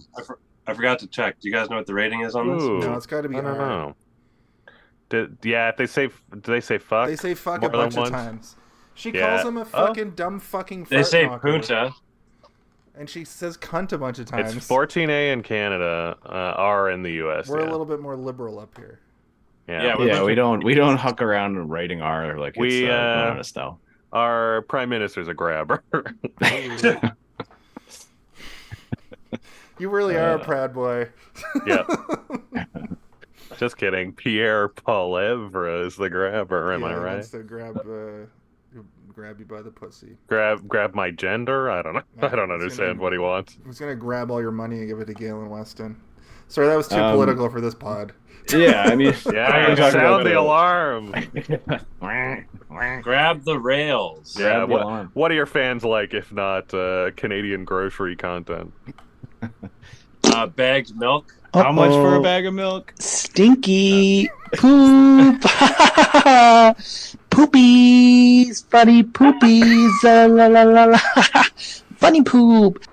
That was for you, Cam. I know you like. That was a recording of Jason earlier when he went to the washroom. Yeah. The budget for this movie was pretty low, though. 14 million, I think, is what it was here. 16 to 18 million, and it made 161. Holy shit! This movie's a great. fucking outstanding success on the same level as like Halloween with those numbers. Oh yeah. Yep. Yeah. I mean, there was kind of that drought of horror, for a while there. Yeah. And now you got one coming out every day, like Winnie the Pooh, Blood and Honey. Oh my god. I watched it. Of course you did. Of course you did. I can't believe you guys haven't done a podcast. Well, here's the thing about those movies. I feel like the really shitty horror movies, we'd almost have to do a Red Letter Media, like what Half in the Bag, where we talk about a few movies, because I can't talk for 1 hour. Winnie the Pooh for an hour. About Winnie the Pooh, Blood and Honey, let alone. Sure. I'm sure you could. It's pretty cool. He controls bees. He love waves bees. his hand and bees come out of the forest. That's awesome. Did he ever say "putt putt putt"? Feels like rain. He doesn't speak at all the entire movie. Oh, that sucks. Boring. His brain is melted or whatever. This book has no pictures. You guys are going to talk about Sound of Freedom, though, right? Yeah. Of Bring it to course. the masses. We're gonna do a whole Sound of Freedom month. I mean, what can I say about Sound of Freedom that it doesn't say for itself? We do that movie about the kids bullying that guy with the American flag. The other one. Oh that yeah, came out. true. Yes. I think there's a Neil Breen one about that. Adjacent to that, there's a Neil Breen movie coming out this year. I'm excited. I'm out of town, sadly, but Darn. You're out of town. I just imagine it being in theaters for like 4 months. You're like, I'm out of town. I know they'll only show it. Sadly, it's one night only. Yeah, I know they'll only show it like twice. Well, yeah, because he the way he does his movies is like you have to buy the right to show it at a theater, and then hopefully you make back the money yourself via ticket sales and whatnot, right? He does like a pre-room. He just you can show my movie, but you have to pay me $5,000, and then he'll do that like all over the country and continent. He's an endlessly interesting person. Like I don't understand. He's either a genius or he's so disconnected from reality that everything that comes out of his mouth is like art. Yeah, he could be a performance artist. Yeah, it's hard to tell sometimes when you're watching. You're like, is he making fun of us? Like maybe he's making fun of us because we're making fun of him. Who knows? I don't really have a ton more left to say about the Black Phone, though. I don't know if anybody else has more notes. I've gone through most of my notes here. I'm just going. Ring, answer it. Kid kidnapping. Hey, let's play in your Broken town. Telephone. Can't play Broken Telephone if we're all looking at each other, Kalen. Yeah, we all can hear each other through the microphone. Oh, I like that because they made the kids diverse that he murdered. He just looks kind of like a white supremacist. Yeah, right. The only kids are not white. These two not white people in town. Yeah, he didn't go after those shitty the bully trio that were yelling F slurs and probably saying. I do find it hard to believe that he was able to take down Vance. Vance was a knife fighting maniac. Pinball wizard. Yeah. Mm-hmm. But who knows? Maybe Vance was a lot smaller than we know because you don't really ever see him next to anybody else. Yeah, That's they also an adult. They all kind of say that Finn lasted way longer than all of them. So I wonder if he just killed the other guys quicker. No, they tried to escape. They played Naughty Boy. See, he didn't play Naughty Boy. What I wrote a note that if you guys have seen the poster of Sinister, it also is about a filthy wall with a crack in it, and I'm like, what's this guy's obsession with filthy wall cracks? Maybe he was stuck in a basement for a few hours as a kid and just. Maybe his most personal film. I like the breathing phone. I think that was pretty cool when the phone's breathing. Yeah, that felt sort of like David Lynchy kind of stuff happening where it brings into question everything like about the reality of his situation, right? Like he could just be having a mental breakdown and not actually talking to ghosts, but how would he know about certain things? That was another Jason's theory corner, but it was too obvious that maybe none of this shit's happening. He's just, the phone is just in the room and it's ringing and he can hear it, but it's not really ringing, and that's why the ghosts tell him that the man in the mask, the grabber, doesn't want to hear the ringing, and it's all happening inside of his head. But that's almost too obvious. Yeah, and there's too much evidence to the contrary that he's able to find things that he would other ways never know that would be there. Dig through the wall. Yeah, it's kind of wild though. How does that kid even know that? How did the ghosts know that? Just trying everything possible. Yeah. Maybe you can go through the walls as a ghost. The special effect for the hole in the wall was like too perfect, I noticed. It was like a perfect square that lined up perfectly with the vent on the back of the fridge. Yeah. True. Well, 18 million. Yeah. Yeah. Yeah. If I guess if a ghost is guiding you, you can dig a perfect hole. Oh. I took a lot of notes, but I'm going over my notes, and it was mostly me just running out the movie, which helps me remember the movie. Yeah, I mean, I guess the main set piece at the end is the fact, like, the classic sort of Silence of the Lambs, you're at the wrong house kind of thing, but luckily, I mean, I guess that's to set up tension, right, of the end fight, but it's not super necessary, and it doesn't really add a lot, but I guess it also sort of explains why he's able to get away with certain things that he wouldn't be able to otherwise. Yeah, I also think that's another John Wayne Gacy thing, because I know I'm not super familiar with the case, but I remember they were pretty sure it was him for a long time, and it took them forever to figure out the bodies were somewhere weird. They were under his porch or something. Yeah, he was basically, he had like a closet with a crawl space in it that was earth beneath it, and he would excavate all this dirt and then say, because it was smelling like death. Yeah. So people in the neighborhood are like, "What does that smell?" And he's like, "There's a leak, the septic tank or something under the house over here." And nope, it was corpses of twinks. Corpses of twinks. Yeah, forgetting my Sufjan Stevens lyrics. I don't know. He has a John Wayne Gacy song. That's a wild fucking reference. He's got a John Wayne Gacy song that has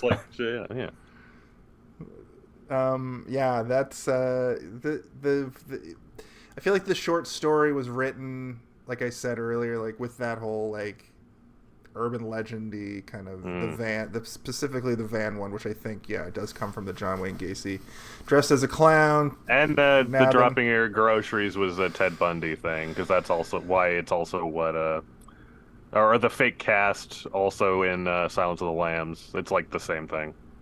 How old is the short story? Not that old, I don't think. Actually, it's because Joe Hill's only like 30. Okay. Joe Hill's only 30 now? No, I don't know. He's probably 45 now. Yeah. It's like he really looked like, I know that I get that it's genetics, and I look a lot like my own dad. But 2007, so it's been a while. But I expected to be from like the 80s or 90s. Oh yeah, no, I don't know how old he is. Well, it's one of those things where like Stephen King is not he's as 51. old as you think, right? Okay. Yeah, all right. Stephen King's 75. He's 51.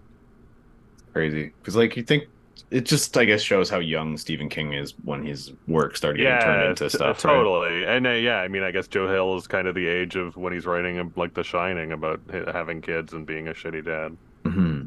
Speaking of doing hooting lines of cocaine. Yeah. We all know that Joe Hill was conceived by the magic of cocaine and whiskey. Mm-hmm. I'll take a glass. Lots of people there.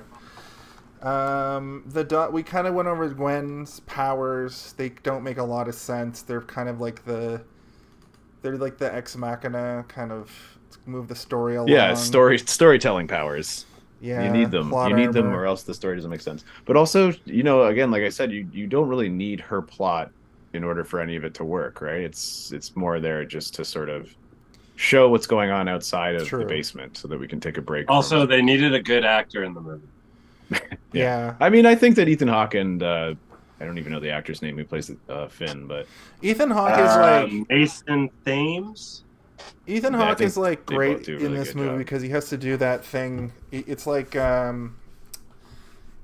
Pedro Pascal. You got to do a lot of body acting when you're in the Mandalorian suit. You know, he's just doing voice acting and body acting, and it's very subtle body acting. But I really like his different changes of voice. And Ethan, it reminds me a little bit of Ethan Hawke plays the bad guy in Moon Knight. It kind of reminded me of that performance a little bit too, where he's kind of a stoic character who waits for things. He literally waits for Finn to escape because he knows that he's going to try to escape. And there's that whole notion of like he's playing naughty boy, which is so fucked. Yeah. You know, I just imagine Max though coming out to take a piss in the middle of the night and finding Ethan Hawke in the kitchen with like a crazy mask on, like sleeping with a his baseball shirt bat. The interesting thing, like looking up at the press for this is actually the first movie where Ethan Hawke ever played a villain, and he said he used to have a thing of never playing the villain, but I guess he said he turned 50 and was like, maybe that could be my old man thing. Well, that's a really good point because when I saw him in Moon Knight, I realized you don't see him be a bad guy very often. I didn't realize he intentionally doesn't play bad guys. Yeah, I didn't realize it until I looked at this stuff either. And like, it's interesting because he's kind of leaned into being a bit of a character actor in the past couple decades, but like he shows up in like Valerian, City of a Thousand Planets for like a hot second. But it is interesting to know. Oh yeah, So you haven't checked it out before the devil knows you're dead. That's where it's at. Oh yeah, good one. He's in Fire in the Sky, isn't he too? Or is it? Am I thinking of No, someone that's else? it kind of looks like him, but it's Charlie Sheen, I think, isn't it? Charlie Sheen's in Fire in the Sky. No, which is the Charlie Sheen one? I think I'm thinking of the other one. It's like it's an ensemble, right? There's like five guys. Sweeney. Oh, Peter Berg, maybe. Peter Berg. He's the one that looks like. Okay, what's the Charlie Sheen alien abduction movie? Are you thinking of Scary Movie 4, where it's just The a parody Arrival, of The Sixth Sense? No, I'm thinking of The Arrival. Also, Henry Thomas kind of looks a little bit like one of the Sheen brothers. Oh, for sure. Like the Lost Sheen. Also, yes, Scary Movie 3, classic.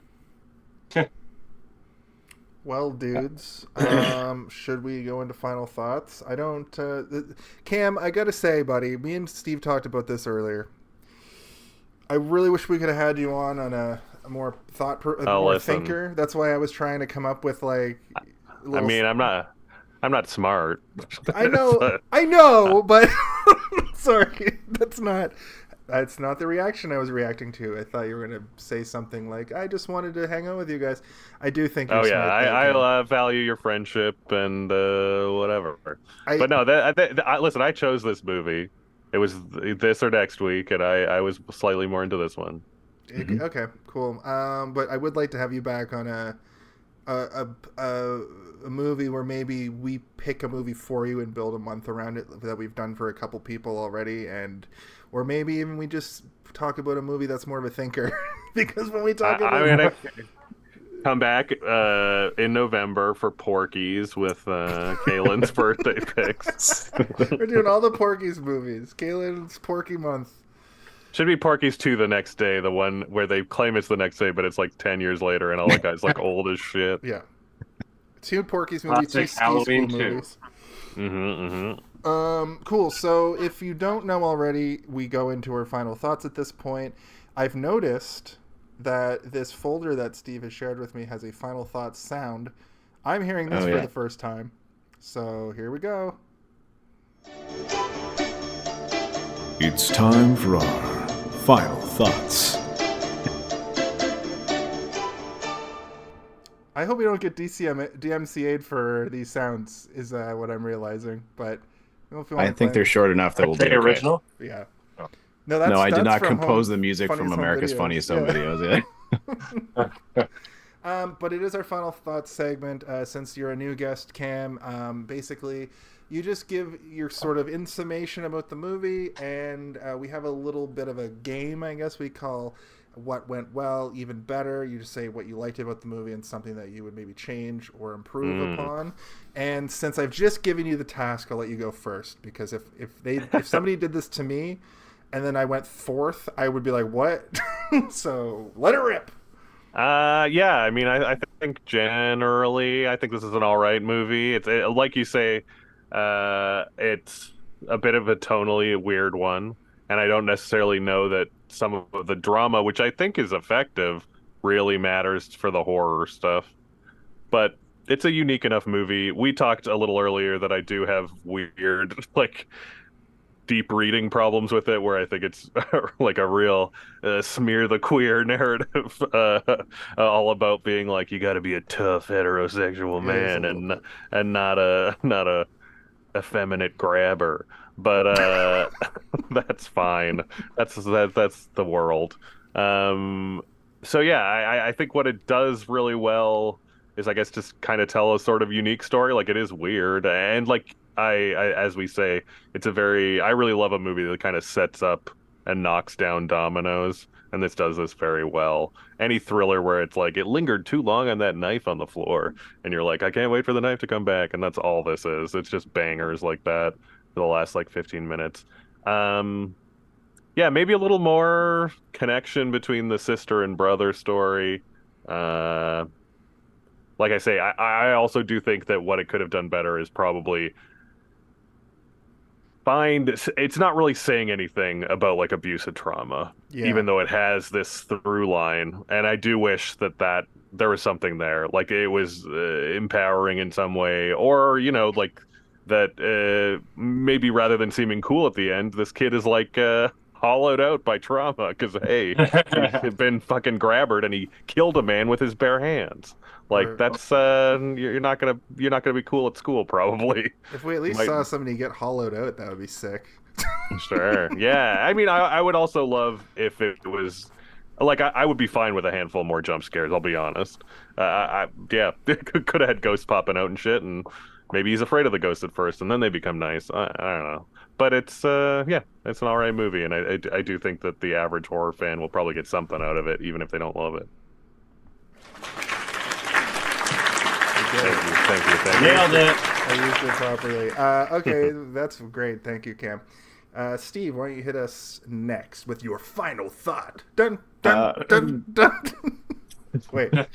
Yeah. No, I agree with pretty much everything that Cam mentioned. I had a good time with this movie, but I do think that the subject matter could potentially be taken as too light for some viewers, especially people who connect with it. Because I do think that not being grabbered and locked in a basement, but the idea of sexual assault is triggering to some people, and it connects to a lot more people than you might think.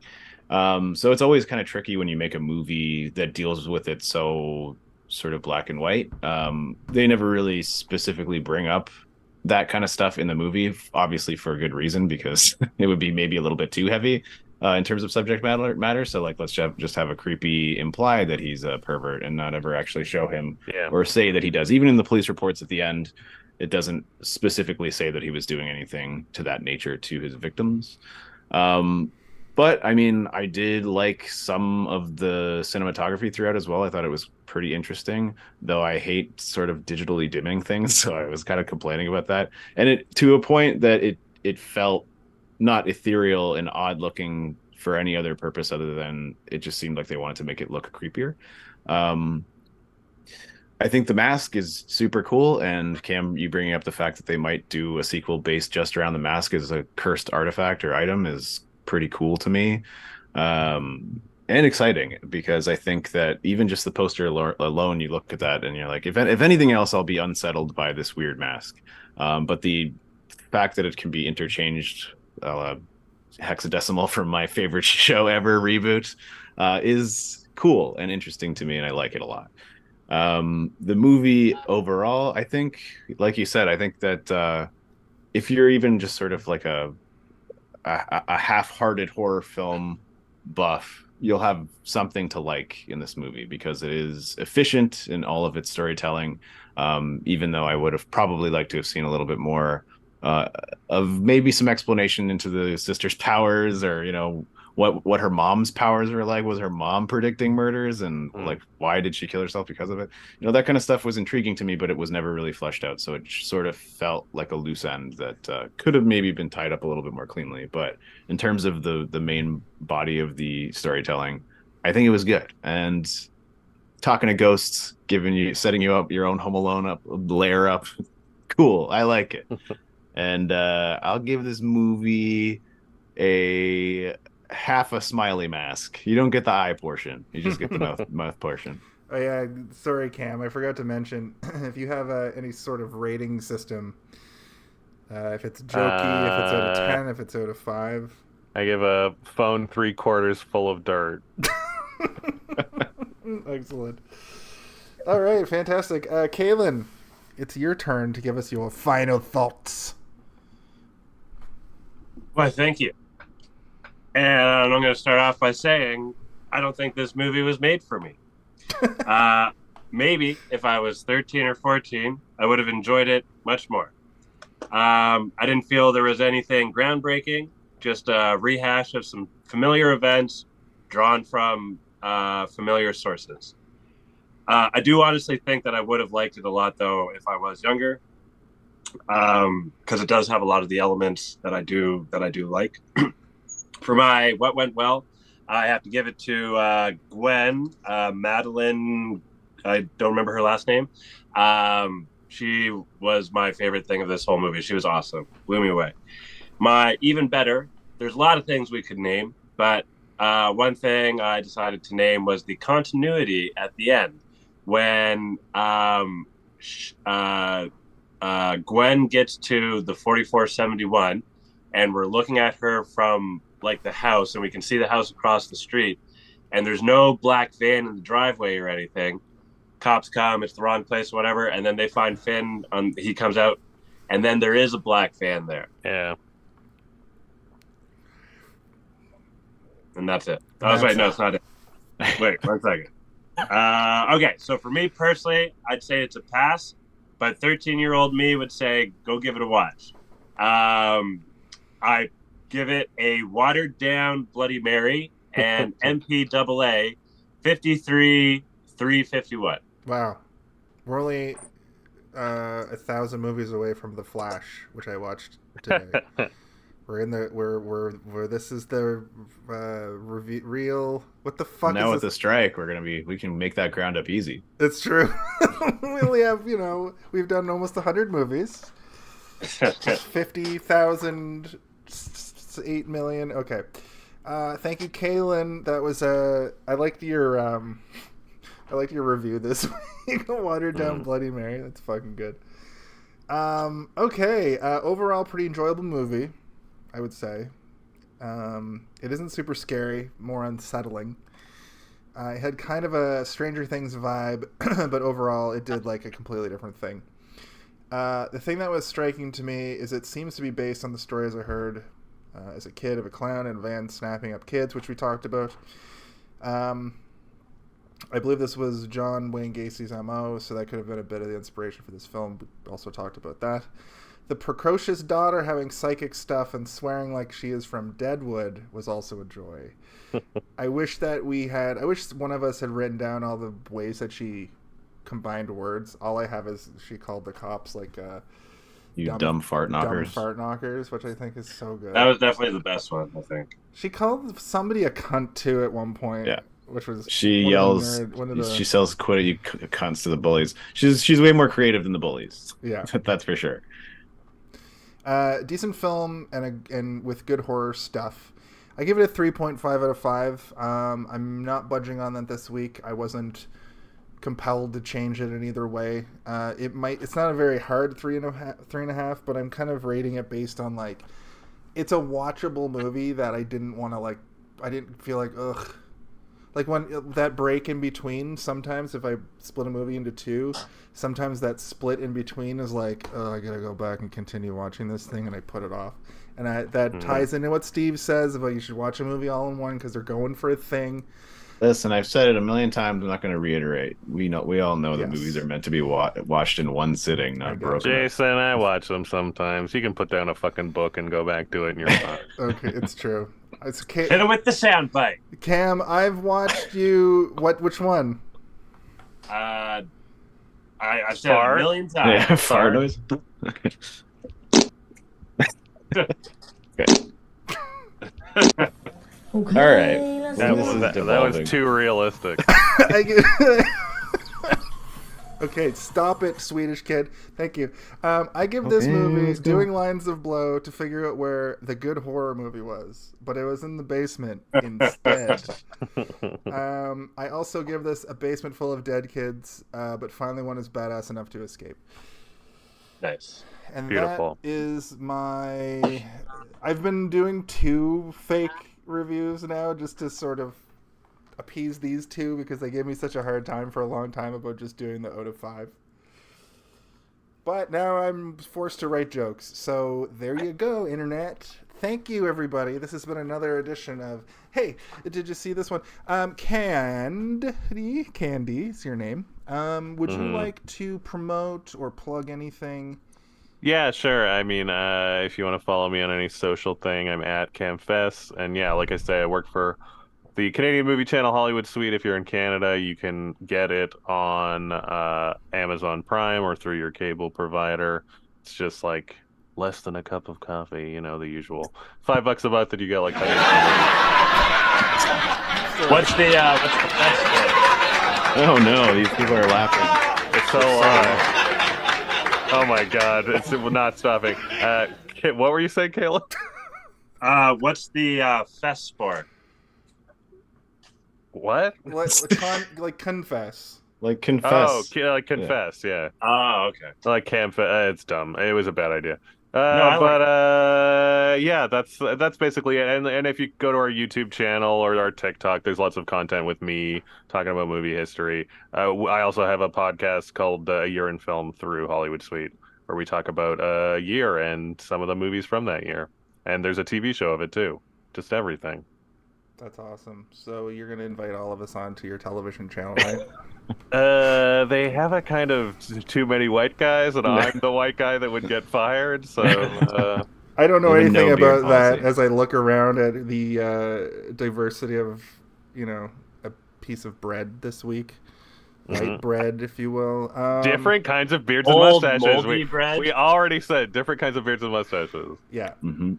Kalen's, Some of us might be circumcised. maybe. Who knows? I'll never tell. I volunteer as tribute. I was gonna literally just tell, but also I want to leave a mystery for the fans. Cam, thank you so much for being on. I really appreciate. Thanks for having me. It was a lot of fun. Taking the time out of your busy schedule. Also, to all the viewers out there, don't forget to check out the Instagram page and check out that post to win yourself a hoodie. You win yourself a hoodie. Ooh. And this has been another. Dan, what's your favorite color? I don't know, black probably. Like the phone. I better have to pay for any of this. I guess that's it then. So for Kaylin and for Steven and for Cam, I'm Jason. For Jason, for Kaylin, for Cam, I'm Steven. For Jason and Steven and Cam, I'm Kellen. I don't have to do this, do I? No, you don't. And we ask the same question we ask each and every week, and that is, hey, did you see this one? See this one?